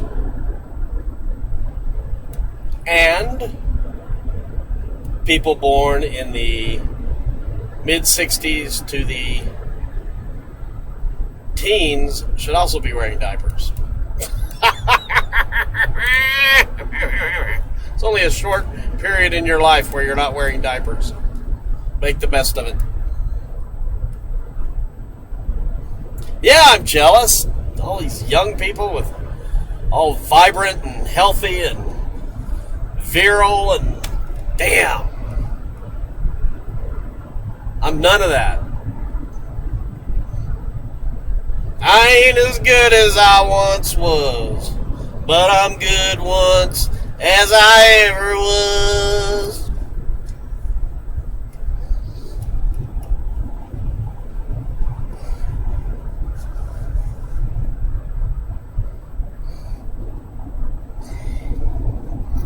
Me. La la la la la. Me. La la la la la. Happy birthday to you. Happy birthday to you. Happy birthday, dear everyone. Happy birthday to you and many more from SSL. It's beginning to look a lot like Christmas everywhere in Sarah's nightmares tonight. There's a snowflake over here, and a dog humping a cat over here, and all kinds of weird shit going on today. It's beginning to look a lot like Christmas. Everywhere you go. People are driving by looking at my facial expressions and wondering, what in the hell? Because I really commit to the part, folks. When I sing these songs, I commit to the part.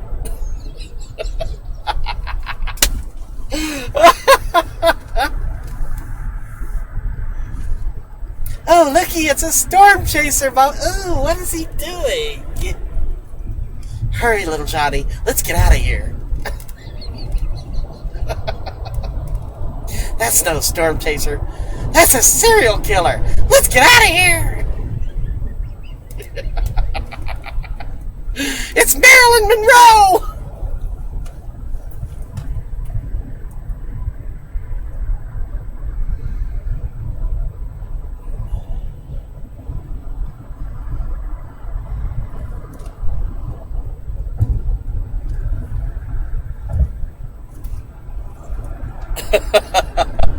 Hey, Bob. Welcome. Join the fun.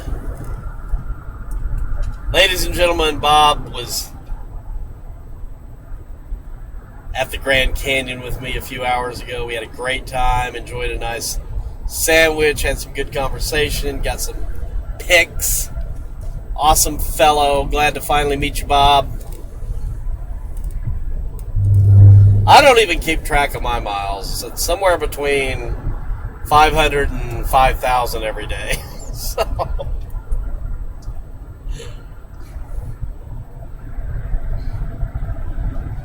we did not share a corn dog. That I'm saving for Steve Worthington. He is the only gentleman I will share a corn dog with behind the Tilt-A-Whirl at the Kansas State Fair at Hutchinson.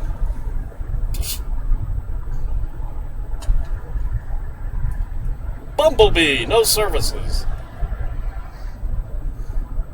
Darn, I wanted to go to Bumblebee and get serviced, and the sign says no services. Shit.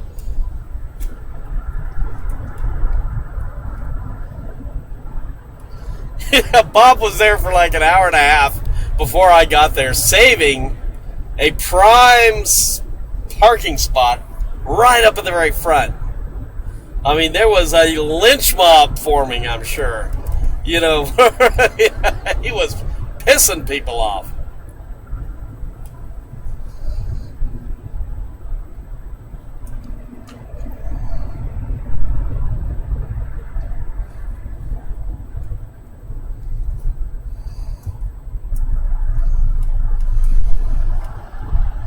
We are up to 84 degrees Fahrenheit, and we're going downhill again. Now this one, I think, really takes us into the valley.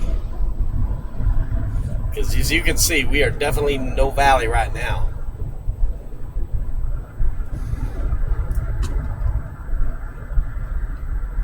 But we are in a desert, that's for sure. I do declare, as I say in my Savannah accent, I do declare we are in the desert, milady.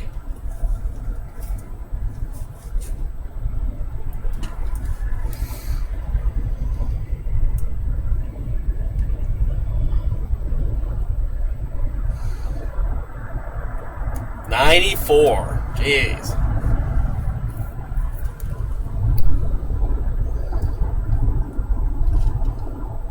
So you're really not that far away, Bob. Seems like we just parted ways and you're already home. Easy jaunt down here for you. Any trip under about 8 hours is just a leisurely Sunday drive for me.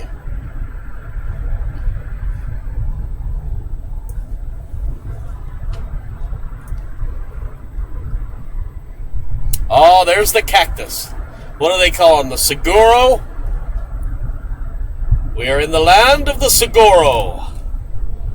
Those tall cactus. Standing like sentinels guarding the desert. The saguaro cactus.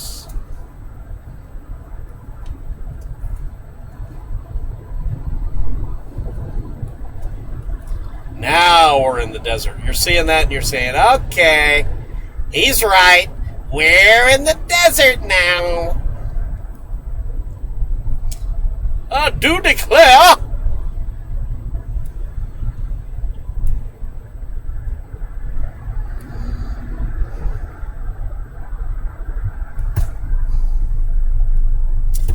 want to get a desert sunset tonight, damn it. I'm going to tell Randy, all right, man, we'll have our, catfish shit, but I want to get out. I want to get a desert sunset.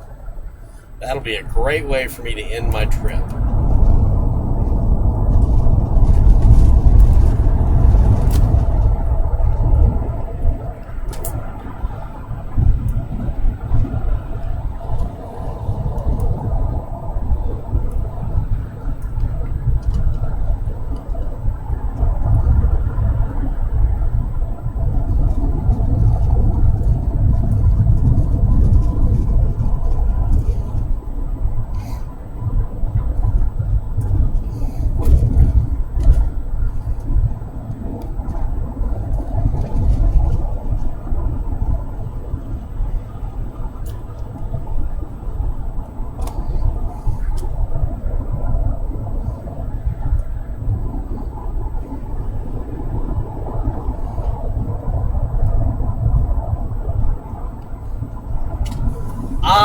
I can't say as I have, no.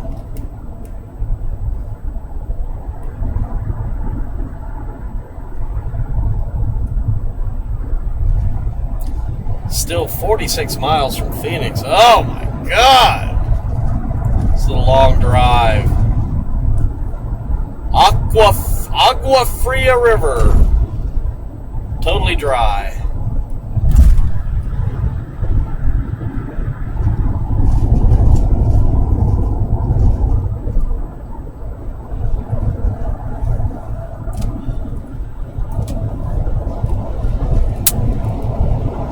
I think Bob slipped me a roofie.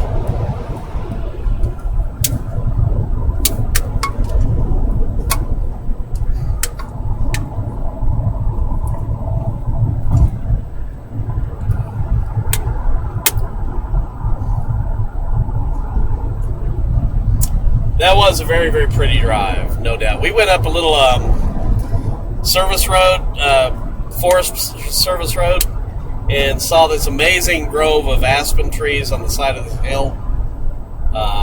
That was a lot of fun.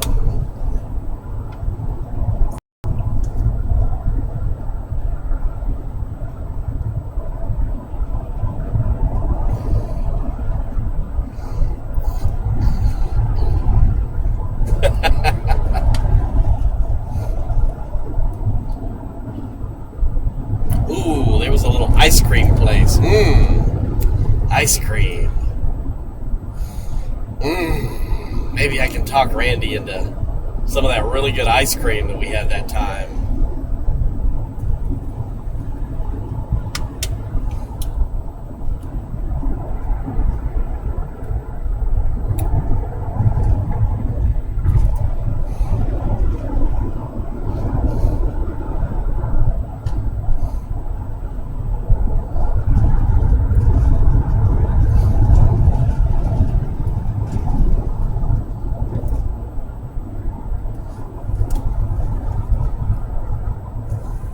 Good thing it's a male name and not a female name. That would just sound wrong.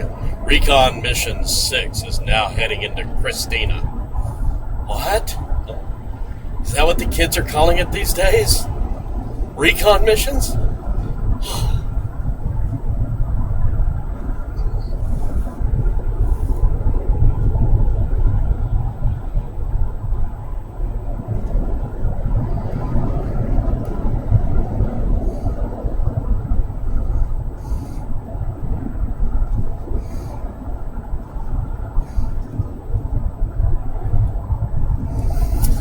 All right, little lady.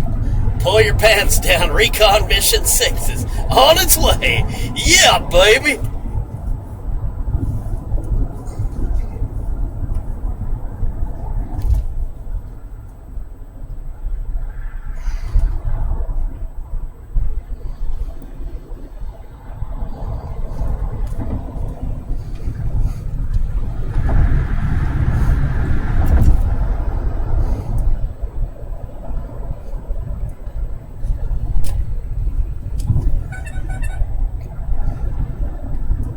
And there's the clown nose being tweaked.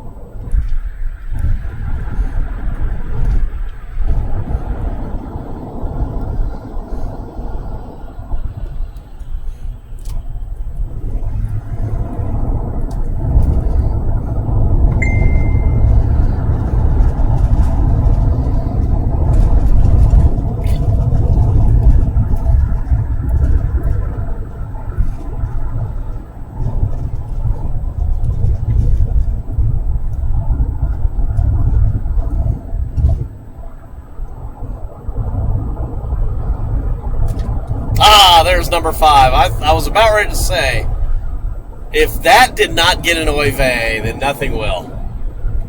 But I tried hard for that one.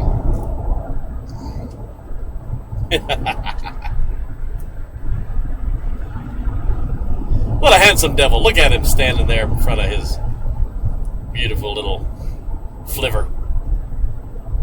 Alright, okay, Randy has contacted me. So let me get back with Randy.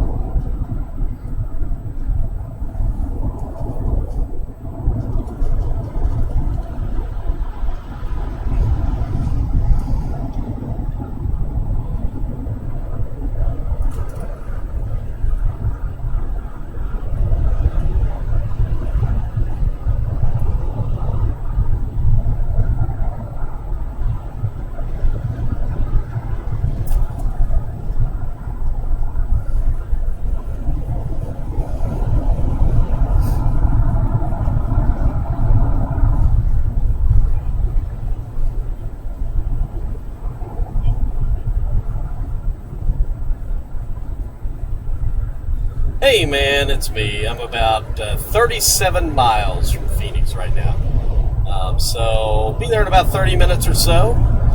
If you want to meet like at a Cracker Barrel near your place along Interstate 17, someplace easy for me to find, that would be awesome. Just let me know what you want to do. Probably be easier just for us to meet up somewhere and then vector me into your place later on from there. Also, I don't know if you're game, but I would love to see a beautiful Arizona sunset before I leave. So if you're game to maybe check out a sunset tonight out of town or even up on South Mountain or something, I thought maybe we could do that. But anyway, whatever. Just let me know. Give me a call when you get a chance. Bye. Ba-ding! Ba-ding!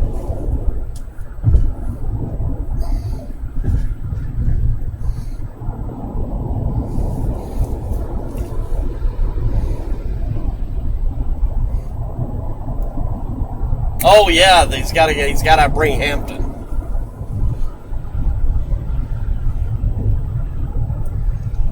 When he calls back, I'll remind him. He'll bring him.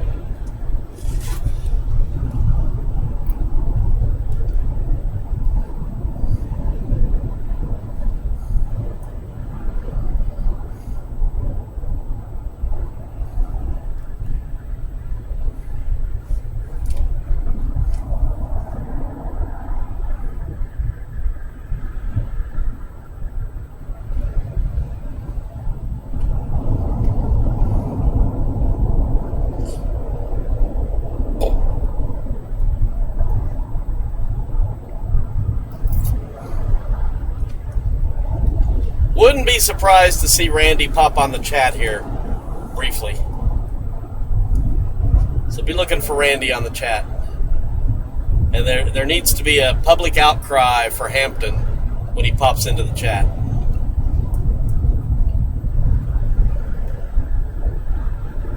Storm Porn 10. Reporting live. Storm Porn 10. Back to you, Les.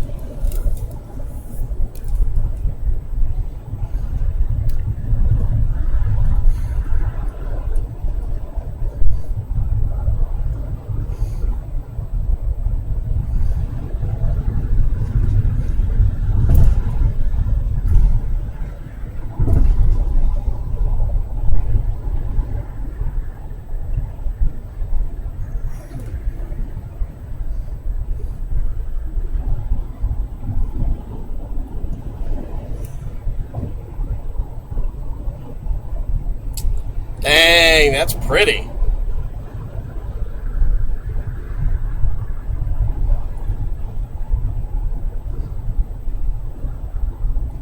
Lovely pictures, Luna.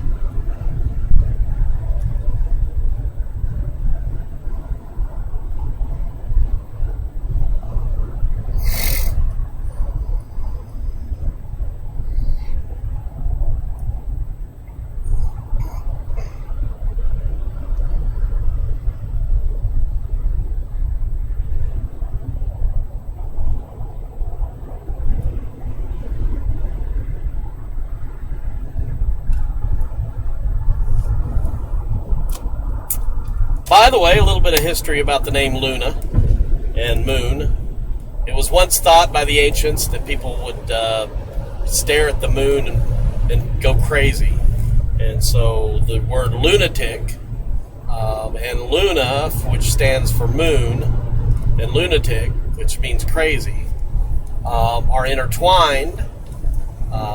They have that root from people thinking that if you stare at the moon, you're going to go crazy. So, just a little pivot. So we have Luna, whose name is related to lunatic and the word Luna for moon. A member of SSL, very fitting, very fitting. She fits right in.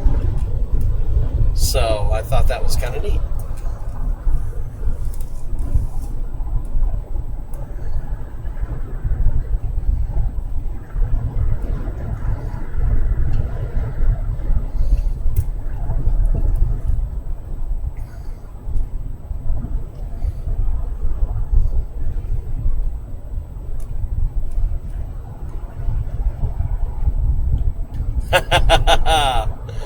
That's the perfect crazy answer.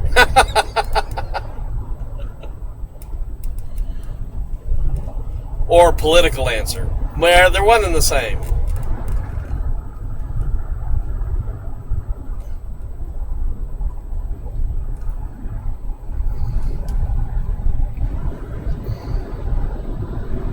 All right, we are 30 miles north of Phoenix. Phoenix.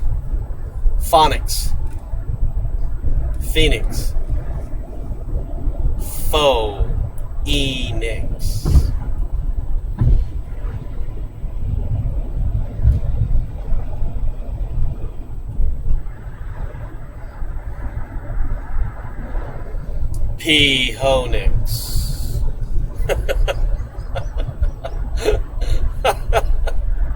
Oh, I like the name Dead Man Wash. Nice. I would not want to drown in Dead Man Wash. Remember that Dead Man's Float kayak shop? That place got trashed during that hurricane that night. It got really bad that night there. They got absolutely trashed. Well, we were there the day, before that morning. It was quiet as could be. I said, man, let's get out of here. This is nuts. This is too quiet. Let's go find some waves. And then that night, they got trashed by surge. Dead Man's Float. Maybe we'll have us another hurricane next week. Let's keep our fingers crossed, right? Hopefully it doesn't hit any really populated areas or kills anyone, but that's pretty rare with hurricanes. They tend to be such large entities that they are going to definitely hit populated areas and definitely kill people. So some early thoughts going out to those folks who are likely going to be not with us this time next week, if this hurricane should come to fruition and be the strength that it's expected to be. Man, look at that. Look at all those storms down there. They're down east of Tucson, it looks like. Tucson. Down near Tucson.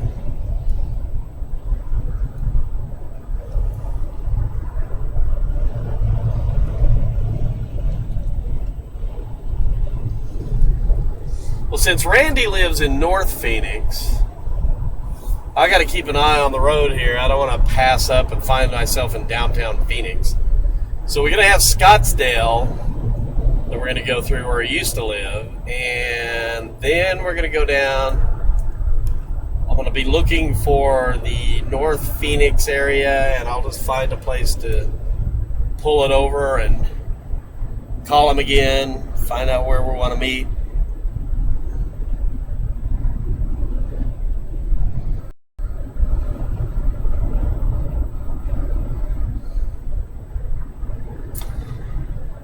Yeah, it's pretty morbid. We ought to make a children's song about it.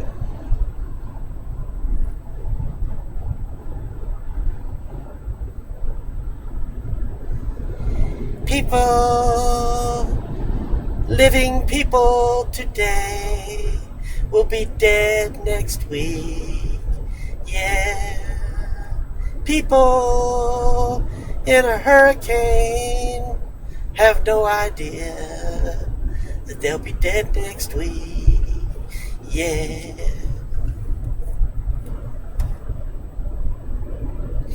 Severe thunderstorm warning east of Tucson. Man, I'm good. I'm so good. I'm so good I scare myself sometimes. Oh, what was that? Oh, it was just me. I just scared myself.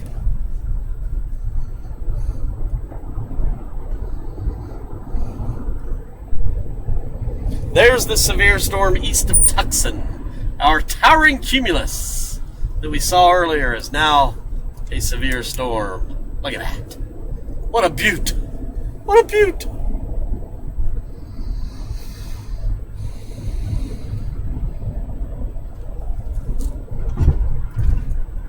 I could just keep going down there and we can catch it.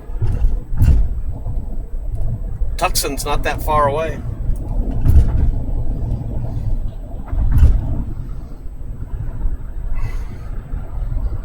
Ooh, it's 94 now. God dang, I was starting to feel this heat on the right side of my face. I was like, when I looked up at the temperature gauge, it's 94.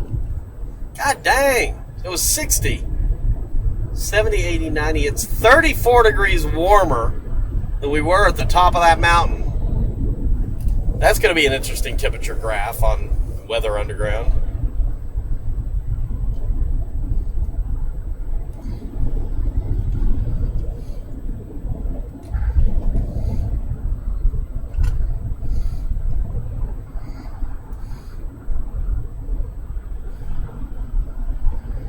Pinnacle Peak Road.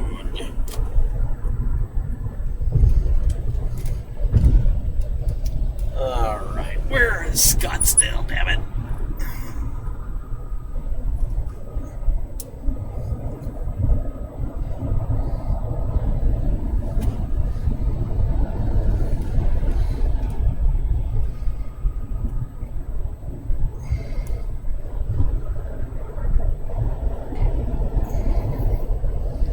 Dun dun. Well, the faster that thing strengthens, the faster it's going to come north.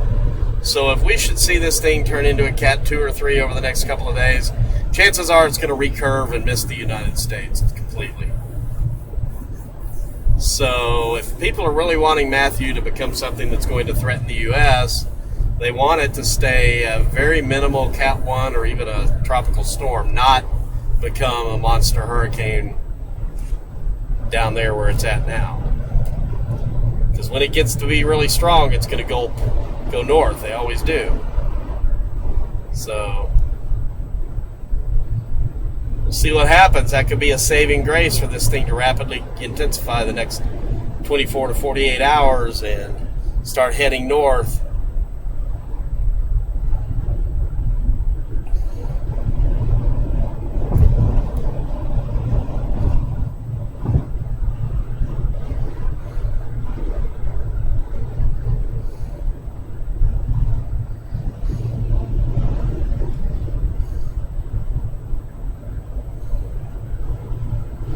Oh my gosh, tornado warnings in North Carolina, severe storms in Arizona. It's the apocalypse.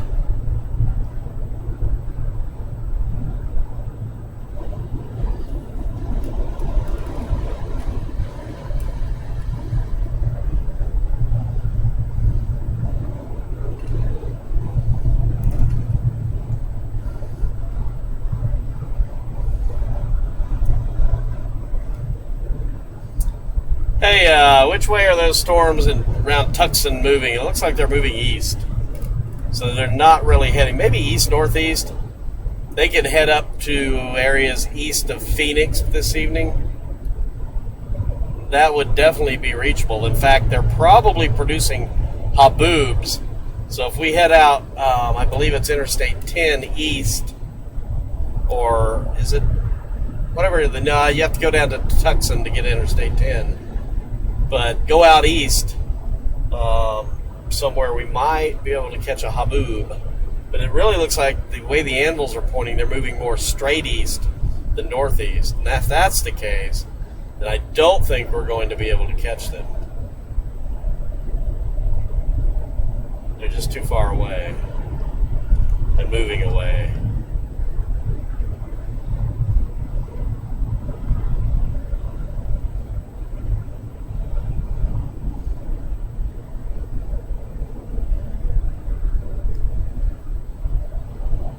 Northern Avenue, 10 minutes. My guess is Northern Avenue would be considered probably Northern Phoenix, so we're about 10 minutes away from North Phoenix.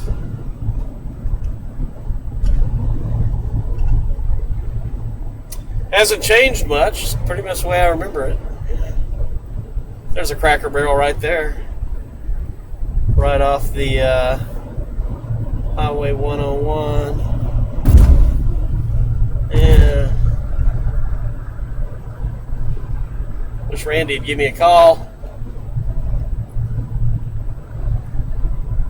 I hate arriving and not knowing where I'm going or what I'm doing. I just find a parking lot to sit in and call Randy or text him and figure it out.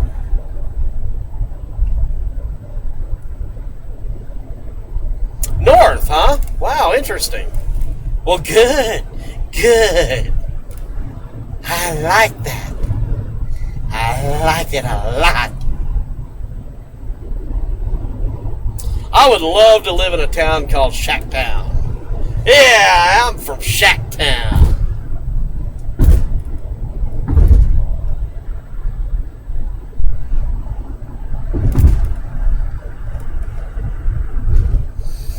And they're building back to the west also. I see more storms that are building back farther west from the severe storm.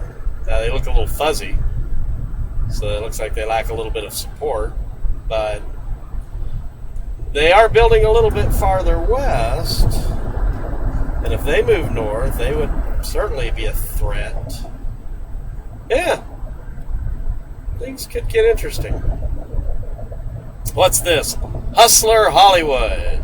Summer just got a little hotter. Lingerie, novelties, and gifts. Super 8 or Motel 6, $299 a week for a studio.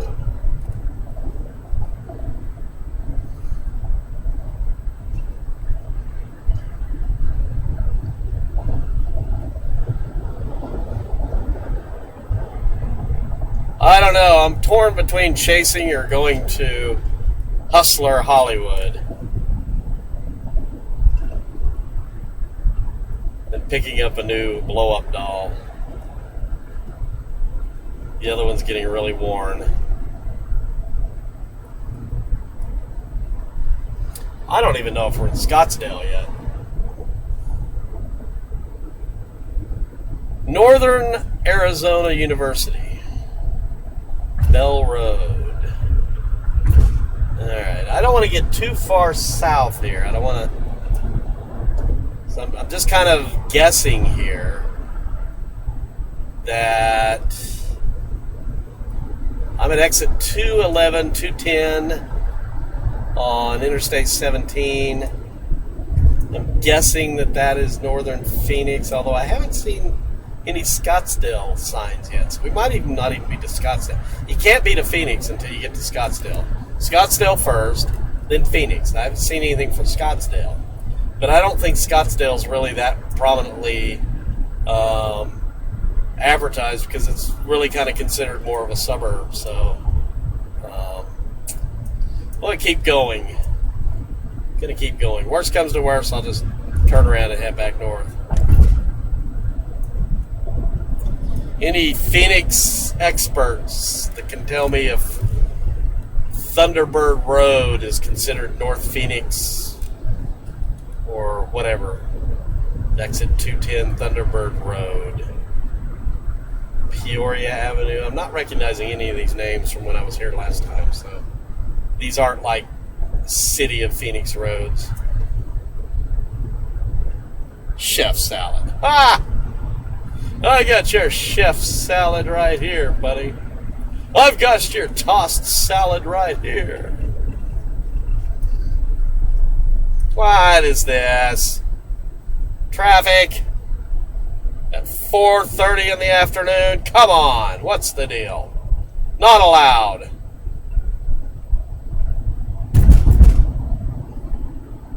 So Phoenix goes north of Scottsdale. So where is North Phoenix at? Is Cactus Road considered North Phoenix? That's the only instructions I have from Randy, is that he is now living in North Phoenix. So I want to park myself somewhere in North Phoenix.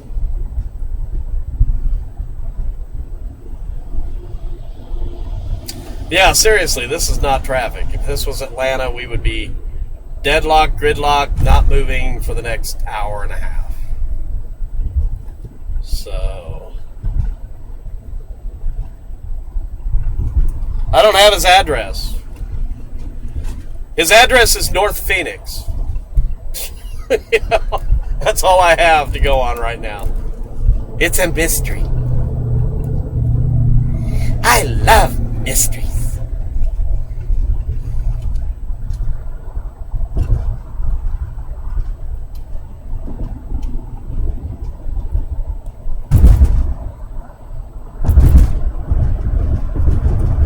Yeah. Could I be more vague? Arizona. Somewhere in Arizona. That's pretty vague, yes. Yes. And there's Northern Avenue, 2.25 miles. I can't go wrong by exiting on Northern Avenue. So I'm going to take Northern Avenue and 2.25 miles and roll the dice that is considered North Phoenix. All right, sounds reasonable to me, right? If you were trying to solve a mystery and about something about North Phoenix and you had a choice of all of these different road names and one of them said Northern Avenue, then I think most people would probably choose Northern Avenue. So that's what I'm going to do. I'm going to get over right now, while I have a chance, and take Northern Avenue when I get to it.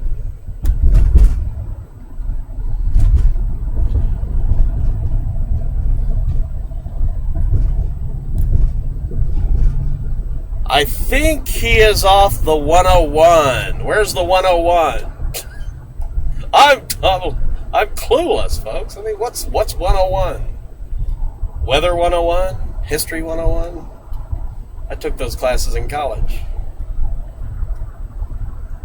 It's probably a road, but I have no idea what 101 is and where it's at. So if I just drive 17 and wait until I see a sign for Highway 101, I'm 5 miles south of Randy's place, his new home, not his old one, so I need to go north. So I got to turn around and head back. So he was up by that other Cracker Barrel, and we saw the one that I saw off the road. All right, so that was the Cracker Barrel he was probably talking about. So I'm going to exit Northern Avenue, and then I'm going to turn back and head up there toward that Cracker Barrel that we saw originally about 5 miles ago. So that was probably the one he was talking about, meeting at.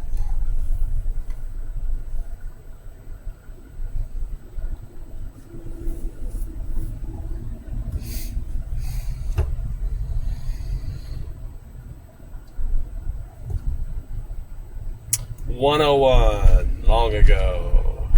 I'm drawn by these storms. I might just keep going. He might just have to keep a light on for me tonight. Sorry, Randy, I decided to chase. I'll be dragging in at 2 a.m.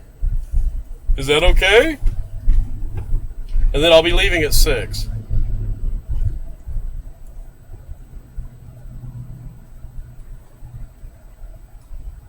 Just a day in the life of Mr. Phelps.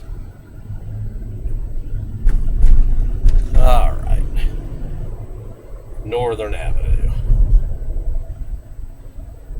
I better be able to get easily back onto 17 off of Northern Avenue here without all kinds of hubbub. Whoa. I don't like a lot of hubbub in my life. Excuse me. Man, look at that overshooting top on that thing now. God dang. That is so tempting to go after. I'm going to stop and look at a radar, damn it.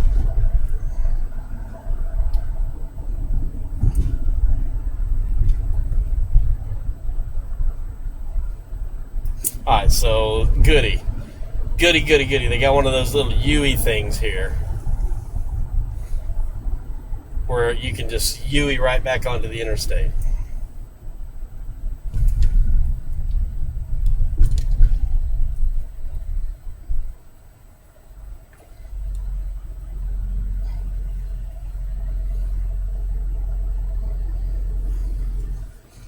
Let's see if it's even conceivable to catch that thing. Whenever I see an overshooting top like that, man, that's exciting.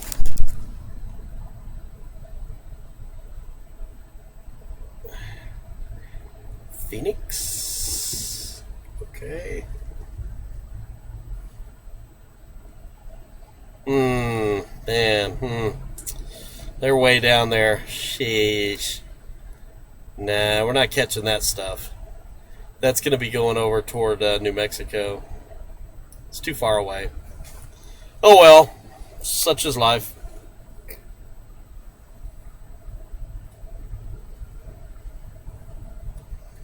I mean, we could be down there in an hour. Really, seriously, we could if we get through this damn traffic. I'll run it by Randy when I see him, but chances are we won't be getting together for a little while. Shit. God, I don't know where the hell I'm going. God damn, I hate these towns. They don't mark that road properly. There's no markings on it at all. I mean, I didn't want to do a U-ey into some area that was not good. So now I just have to get back on the road again.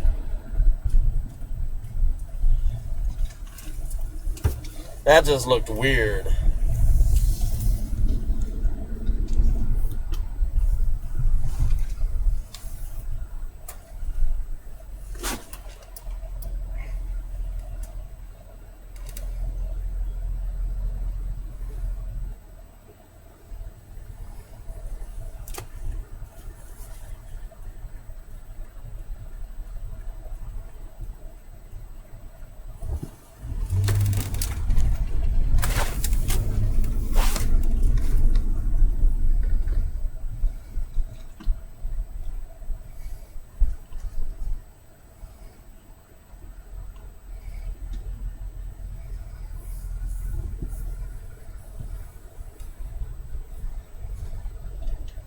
I got your overshooting top right here, buddy.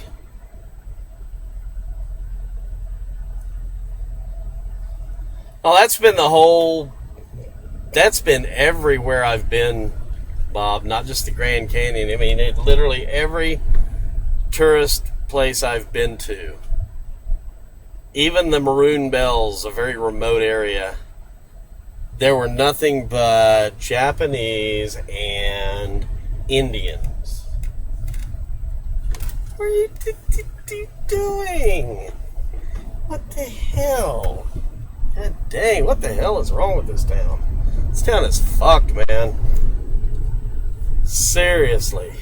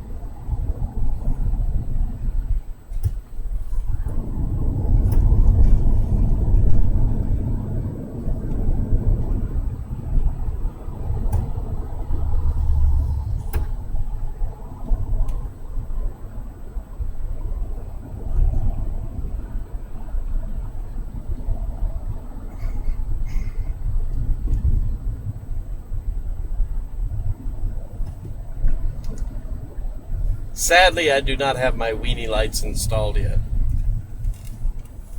That'll be happening when I get back. So I am weenie lightless right now.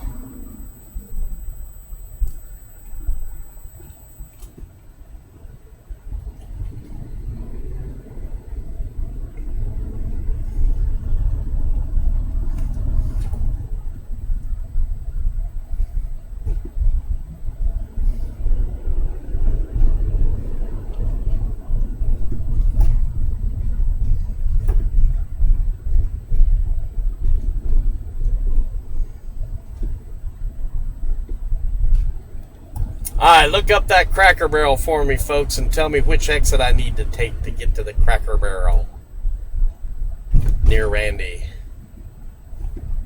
It would be the one up near 101. Since I am unable to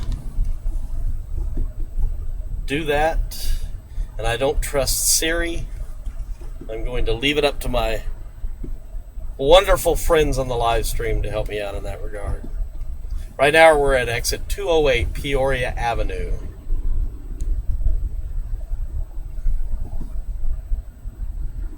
"26th Avenue, okay. So I see Peoria, Cactus, and Thunderbird. How far north of Thunderbird Avenue is 26th Avenue? Just so I get a kind of a reference here. It's the one right on the interstate, so it's going to be the Cracker Barrel that was visible right off the interstate.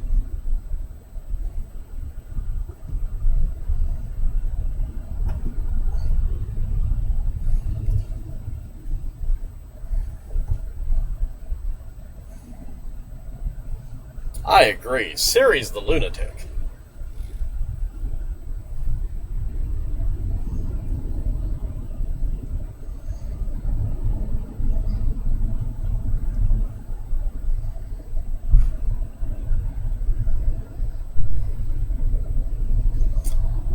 Thunderbird Road exit is closed. 101 is 8 miles. So there's a sign telling me 101, 8 miles. It's about a light past 101. So literally, probably I need to exit 101 and then get over to the Cracker Barrel by 101.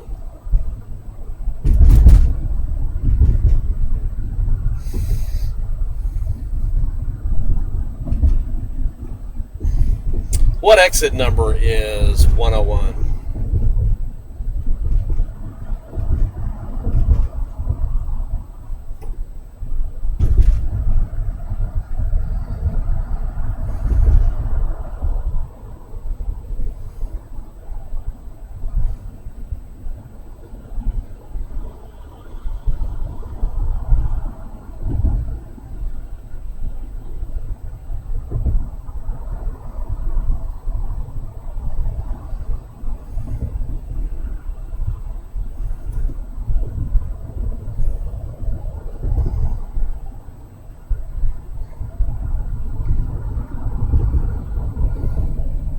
Deer Valley and turn left. Alright, so what exit is Deer Valley? What exit number?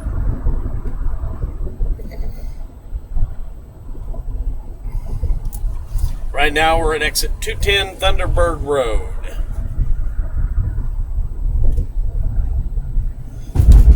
I'm assuming it's probably like 220, 218, 215. Alright, so I'm looking for Deer Valley. Alright, I can do that.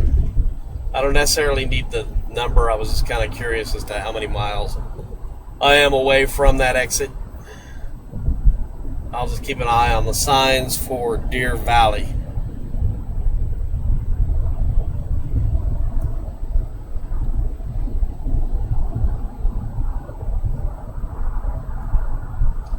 Alright.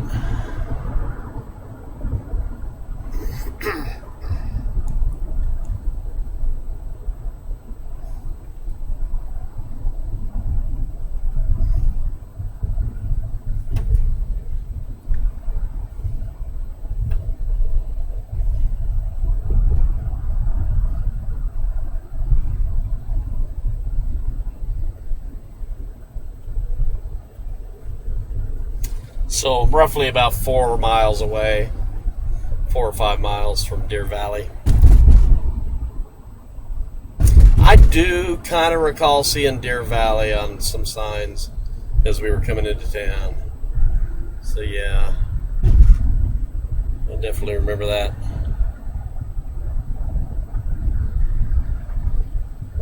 $214, Les says. Exit 214, and then go left. Go under 17, and then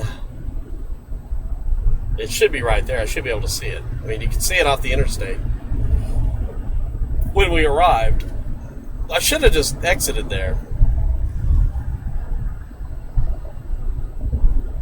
I just didn't think I was in Phoenix yet. I just didn't seem like we'd went far enough south to really be that deep into Phoenix. So.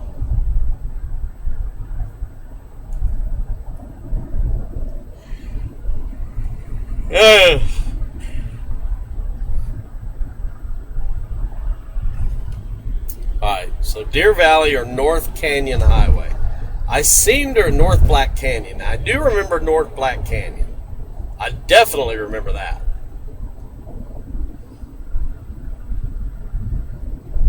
Still the same process. Go under 17, go left, under 17, and then boom, I'm there.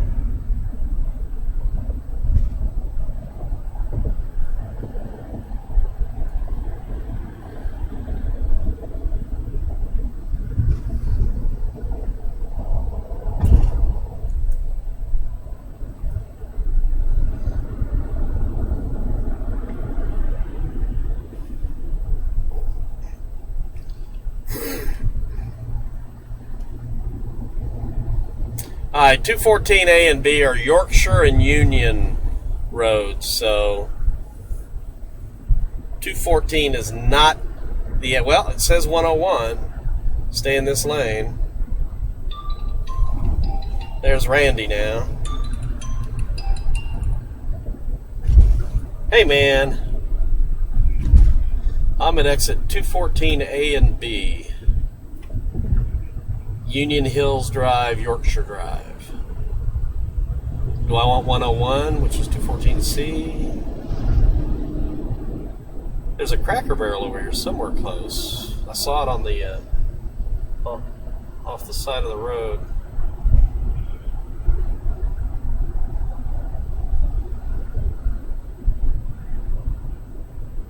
A little farther north.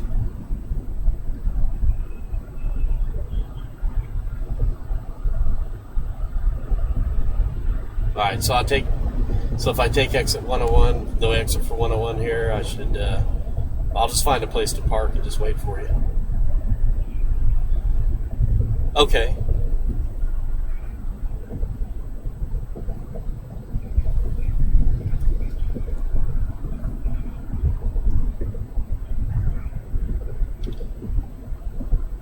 Well, I don't see you mean, I'm taking 101, so I'm going to see that other road once I get onto 101? The Camp Creek or whatever the creek road you're talking about? Carefree, yeah. I don't see it. Is it off 17? Because I'm taking 101 loop right now. I'm just now exiting on the 101 loop. So... Oh, there's the Cracker Barrel right here. It's right on. It's right off of this road here. So, all right, I will see if I can find my way over to the Cracker Barrel, and I will see you soon. All right, yeah, I think that'll be better. All right, bye.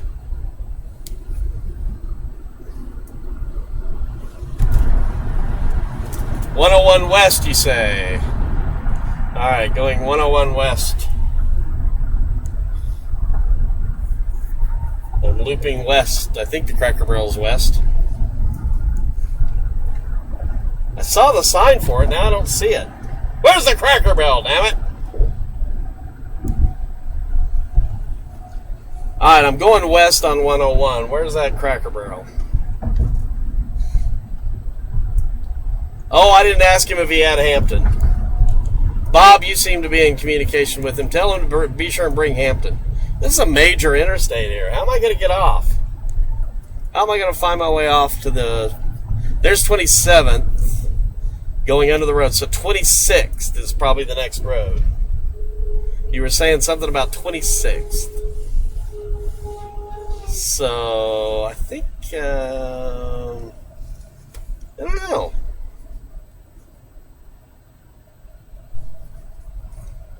How do I exit on? I wonder if I need to get over in the right lane here. I'm in the left. It's one of these. I wonder if there's like a light up here. I'm totally confused how to get over the 26th highway. Or 26th road. 26th street. This makes no sense to me. Nothing in this town makes sense to me driving wise. And then Randy's trying to explain things on the phone, and it's like I'm right in the middle of the exit, and I don't know what he's trying to tell me. And I thought the Cracker Barrel would be very visible, and it's not. And now I'm stuck in this mass of cars, and I don't know if they're getting onto the major interstate up here, or if they're exiting, or what's going on. I don't even know what exit what interstate this is that's running next to this road. Is this just the on-ramp to the Black Canyon Highway, or is it the Black Canyon Highway that I'm on right now? And there'll be like a street light that will get me onto 26th. Siri. Directions to Cracker Barrel. Which Cracker Barrel? Tap the one you want. Giving directions to Cracker Barrel Old Country Store. Starting route to Cracker Barrel Old Country Store.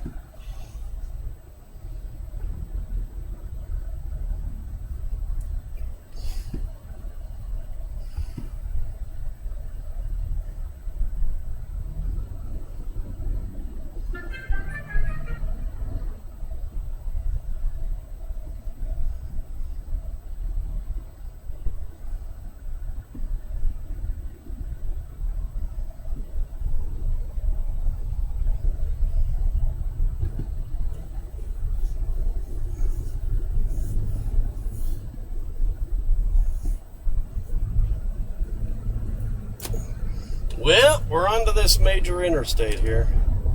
In 2.1 miles, take exit 20 toward 51st Avenue.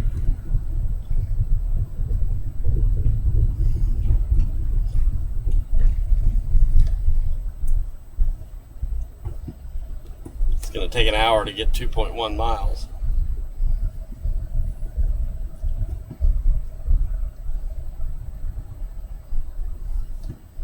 I don't care if this is the wrong Cracker Barrel. This is the one I'm going to park at, and he's just going to have to come to me. He's the native. I'm not.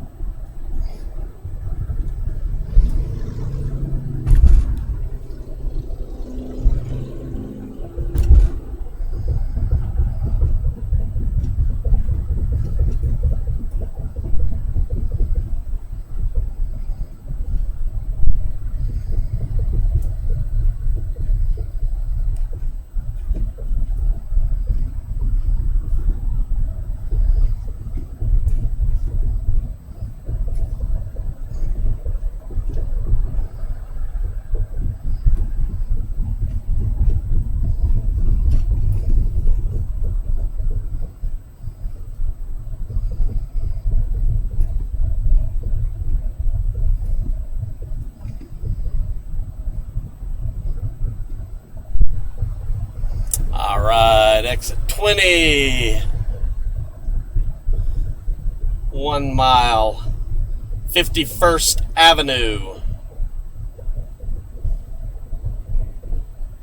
51st Avenue, folks. It's a little bit off from 26th Avenue, but hey, at least it's a Cracker Barrel, and it's in Phoenix. North Phoenix.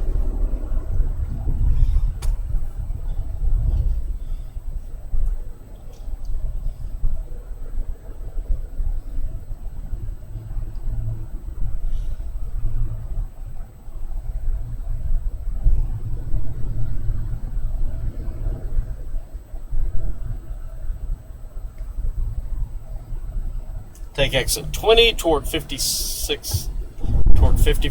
I'm 0.7 miles away from the Cracker Barrel. 0.7 miles. What can happen in 0.7 miles? That is the question.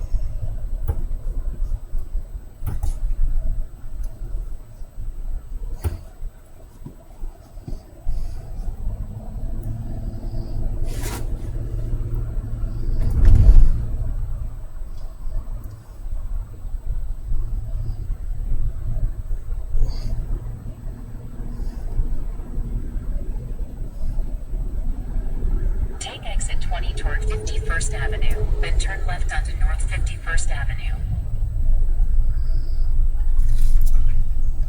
Ugh.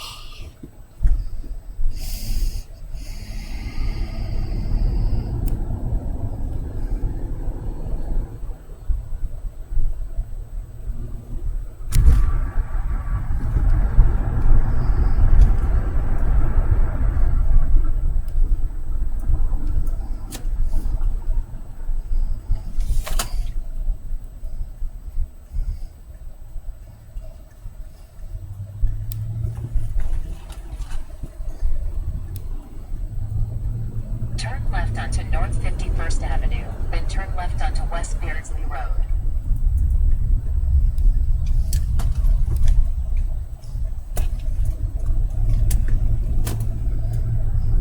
Turn left onto West Beardsley Road.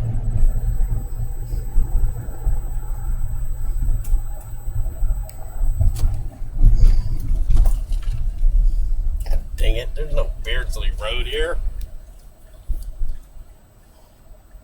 There seriously is no Beardsley Road. What the hell? And there's no Cracker Barrel. Alright. We're going to get back on the 101 and head east.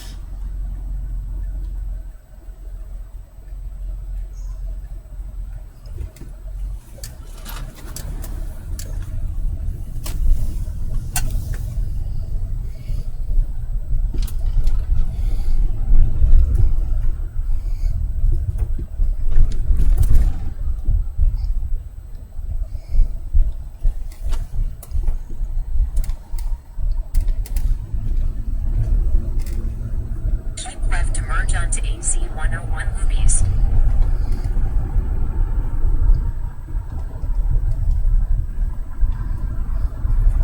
Did she say boobies? What? Keep left to merge.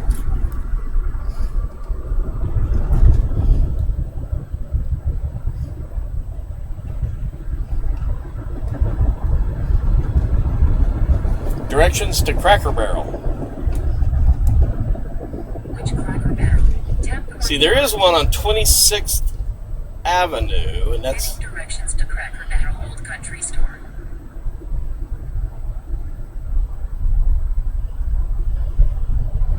That was the one I originally Start en route tapped. to Cracker Barrel Old Country Store. In 1.7 miles, take exit 23 onto I-17 toward Flagstaff.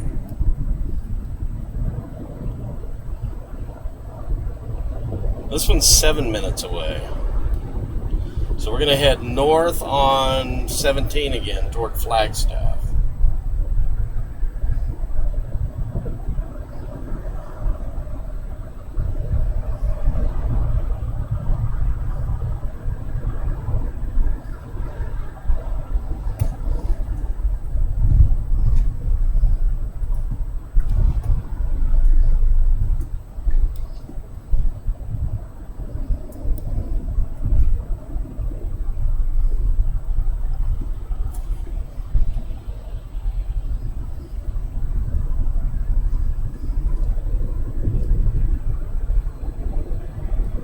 Yeah, but then everybody changed their mind to 101.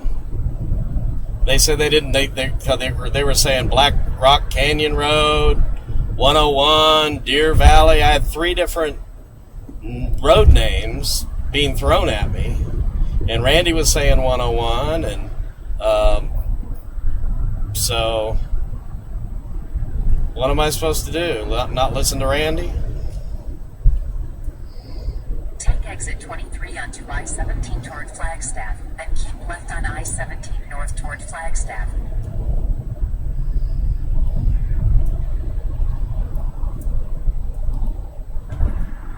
Keep left on I-17 north toward Flagstaff.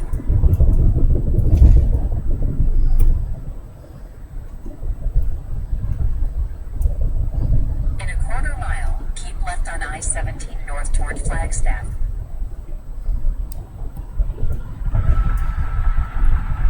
Keep left on I-17 north toward Flagstaff.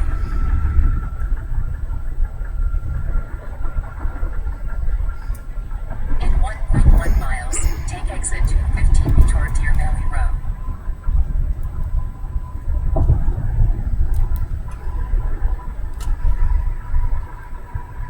It's when Randy called that everything got confusing. I knew I shouldn't have picked it up because I knew it was going to get confusing at that point because I was literally right in on 101 exit, and then I was planning to go to Deer Valley, but then he said 101, and now Caroline's calling, and I can't take her call because I have to be watching for this stupid exit, which is right here.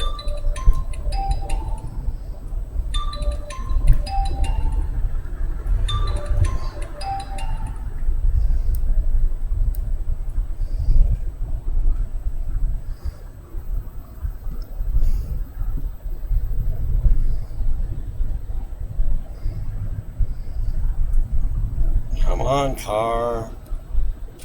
Thank you. Take exit 215 toward Deer Valley Road.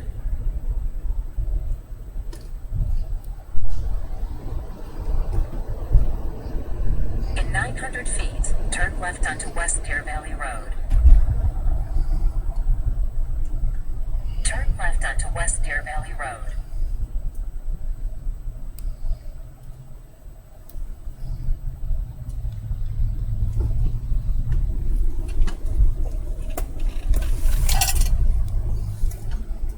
In a quarter mile, turn left onto North 26th Avenue.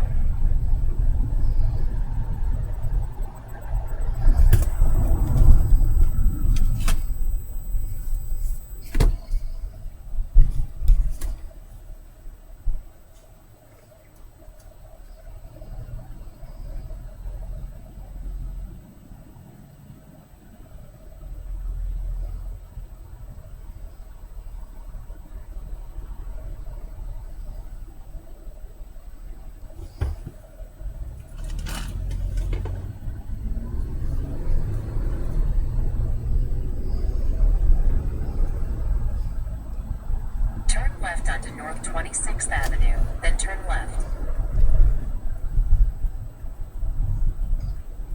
Turn left onto North 27th Avenue, then turn left onto West Salter Drive.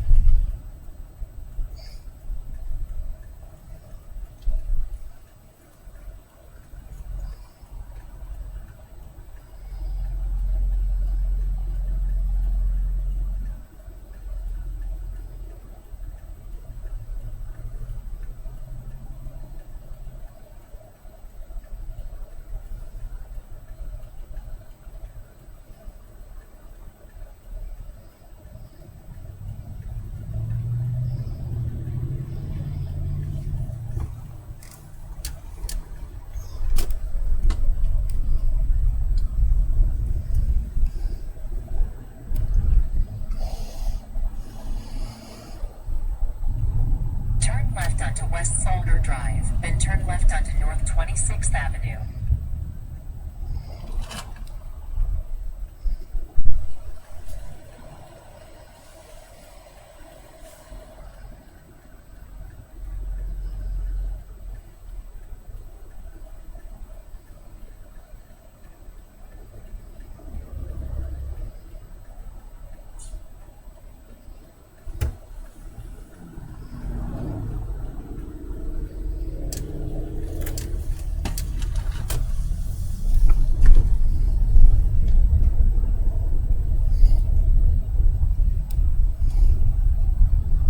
Turn left onto North 26th Avenue, then turn right.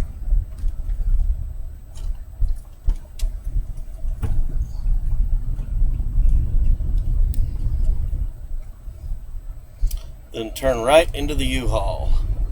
Turn left onto West Deer Valley Road, then turn left onto North 27th Avenue. There is no Cracker Barrel. There's a freaking U-Haul store, a Waffle House, and a Days Inn. What the hell?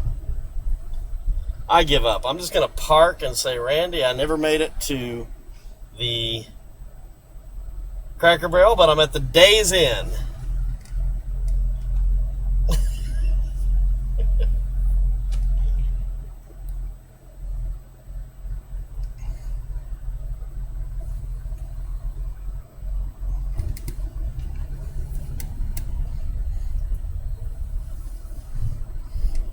In fact, I see the Golden Arches up here.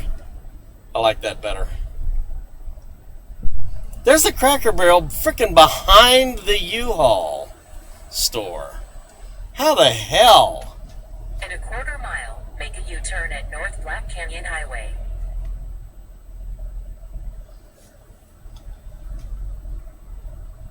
It's telling me to turn left or turn right and into a parking lot that is nothing more than a giant self-storage, climate-controlled U-Haul building, one of the largest U-Haul buildings I've ever seen, and nowhere in sight is there a Cracker Barrel until I get nearly back to the interstate here and I look behind the self-storage, climate-controlled U-Haul building and I see a big, tall Cracker Barrel sign, but I have yet to actually see the Cracker Barrel itself, just the sign for it. So I'm going to go back and go through those directions again.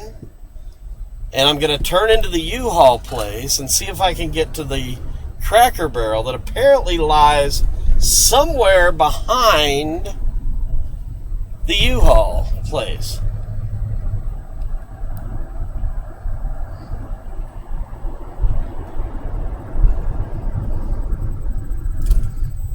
Make a U-turn at North Black Canyon Highway.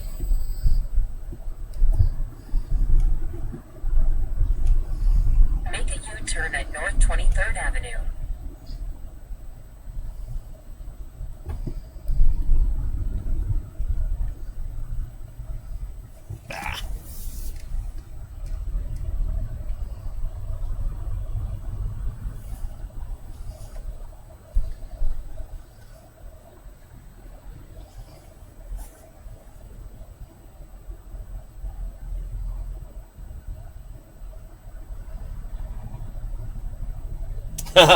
Yeah, I'm going to be an expert in this particular region of Phoenix, no doubt. No doubt about it. And we will find the Cracker Barrel this time. I'm positive of it. I'm going to go into the U-Haul parking lot. I'm going to drive around to the backside. And lo and behold, like a shining beacon in the night, there'll be a big old slab of catfish and a Cracker Barrel. Oh, what a glorious sight it will be after driving around in Phoenix rush hour for the last hour. I've had such a quiet, chill week. And now this, to end it. I should have went back to Cortez. Stayed with Jim tonight. I should have stuck with my original gut feeling and not came down here to Phoenix. This has been a farce. I could be relaxing right now in Cortez, looking at the Mesa Verde, just relaxing and hobnobbing with, God dang, there's no left turn signal for this intersection? Are you fucking kidding me? As busy as this intersection is, there's no left turn signal. There's no left turn arrow.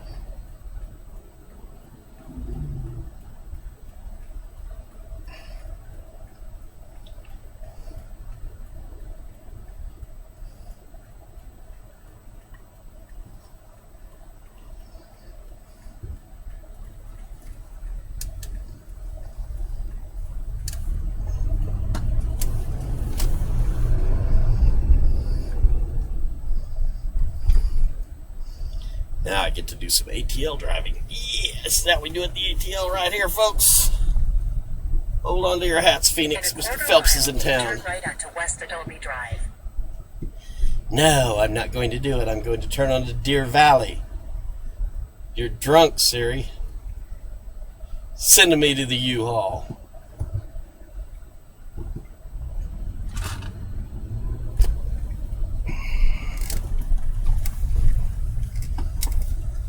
In a quarter mile, turn left onto North 26th Avenue.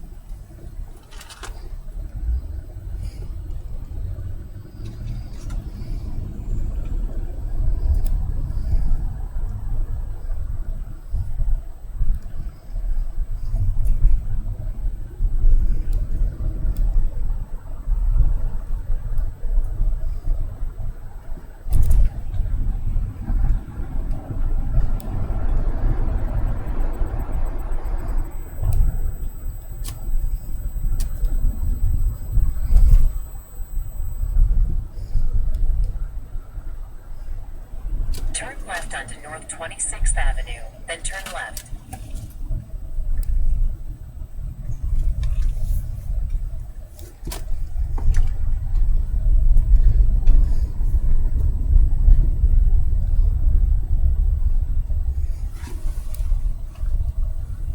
Turn left, then turn right.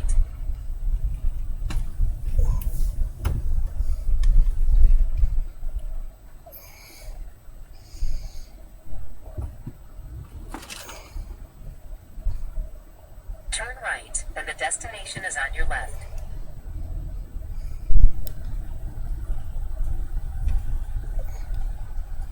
You know, I can freaking see the place now.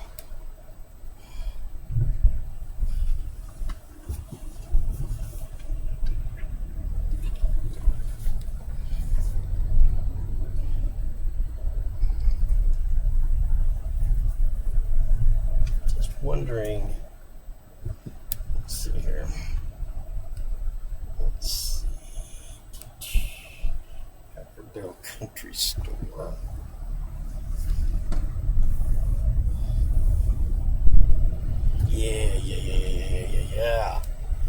Yeah.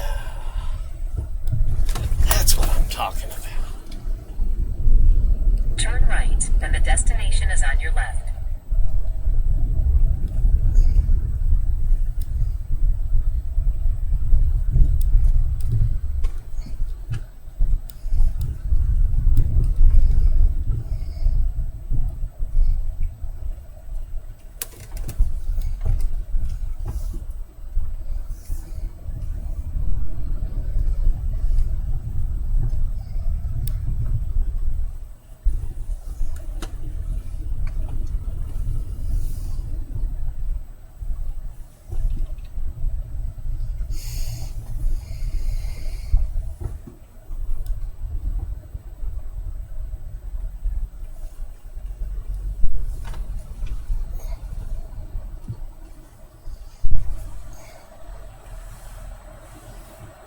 In a quarter mile, turn right onto West Rail Avenue. In 1 mile, take exit 217 toward Pinnacle Peak Road. There he is. He's probably been following my exploits, wondering if I was ever going to show up. Oh my God. This is the craziest freaking...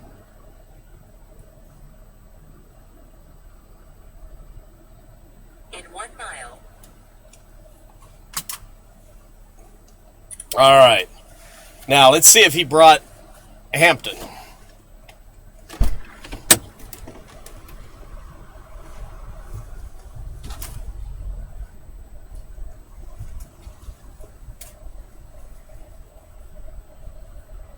Everybody wants to know if you brought Hampton.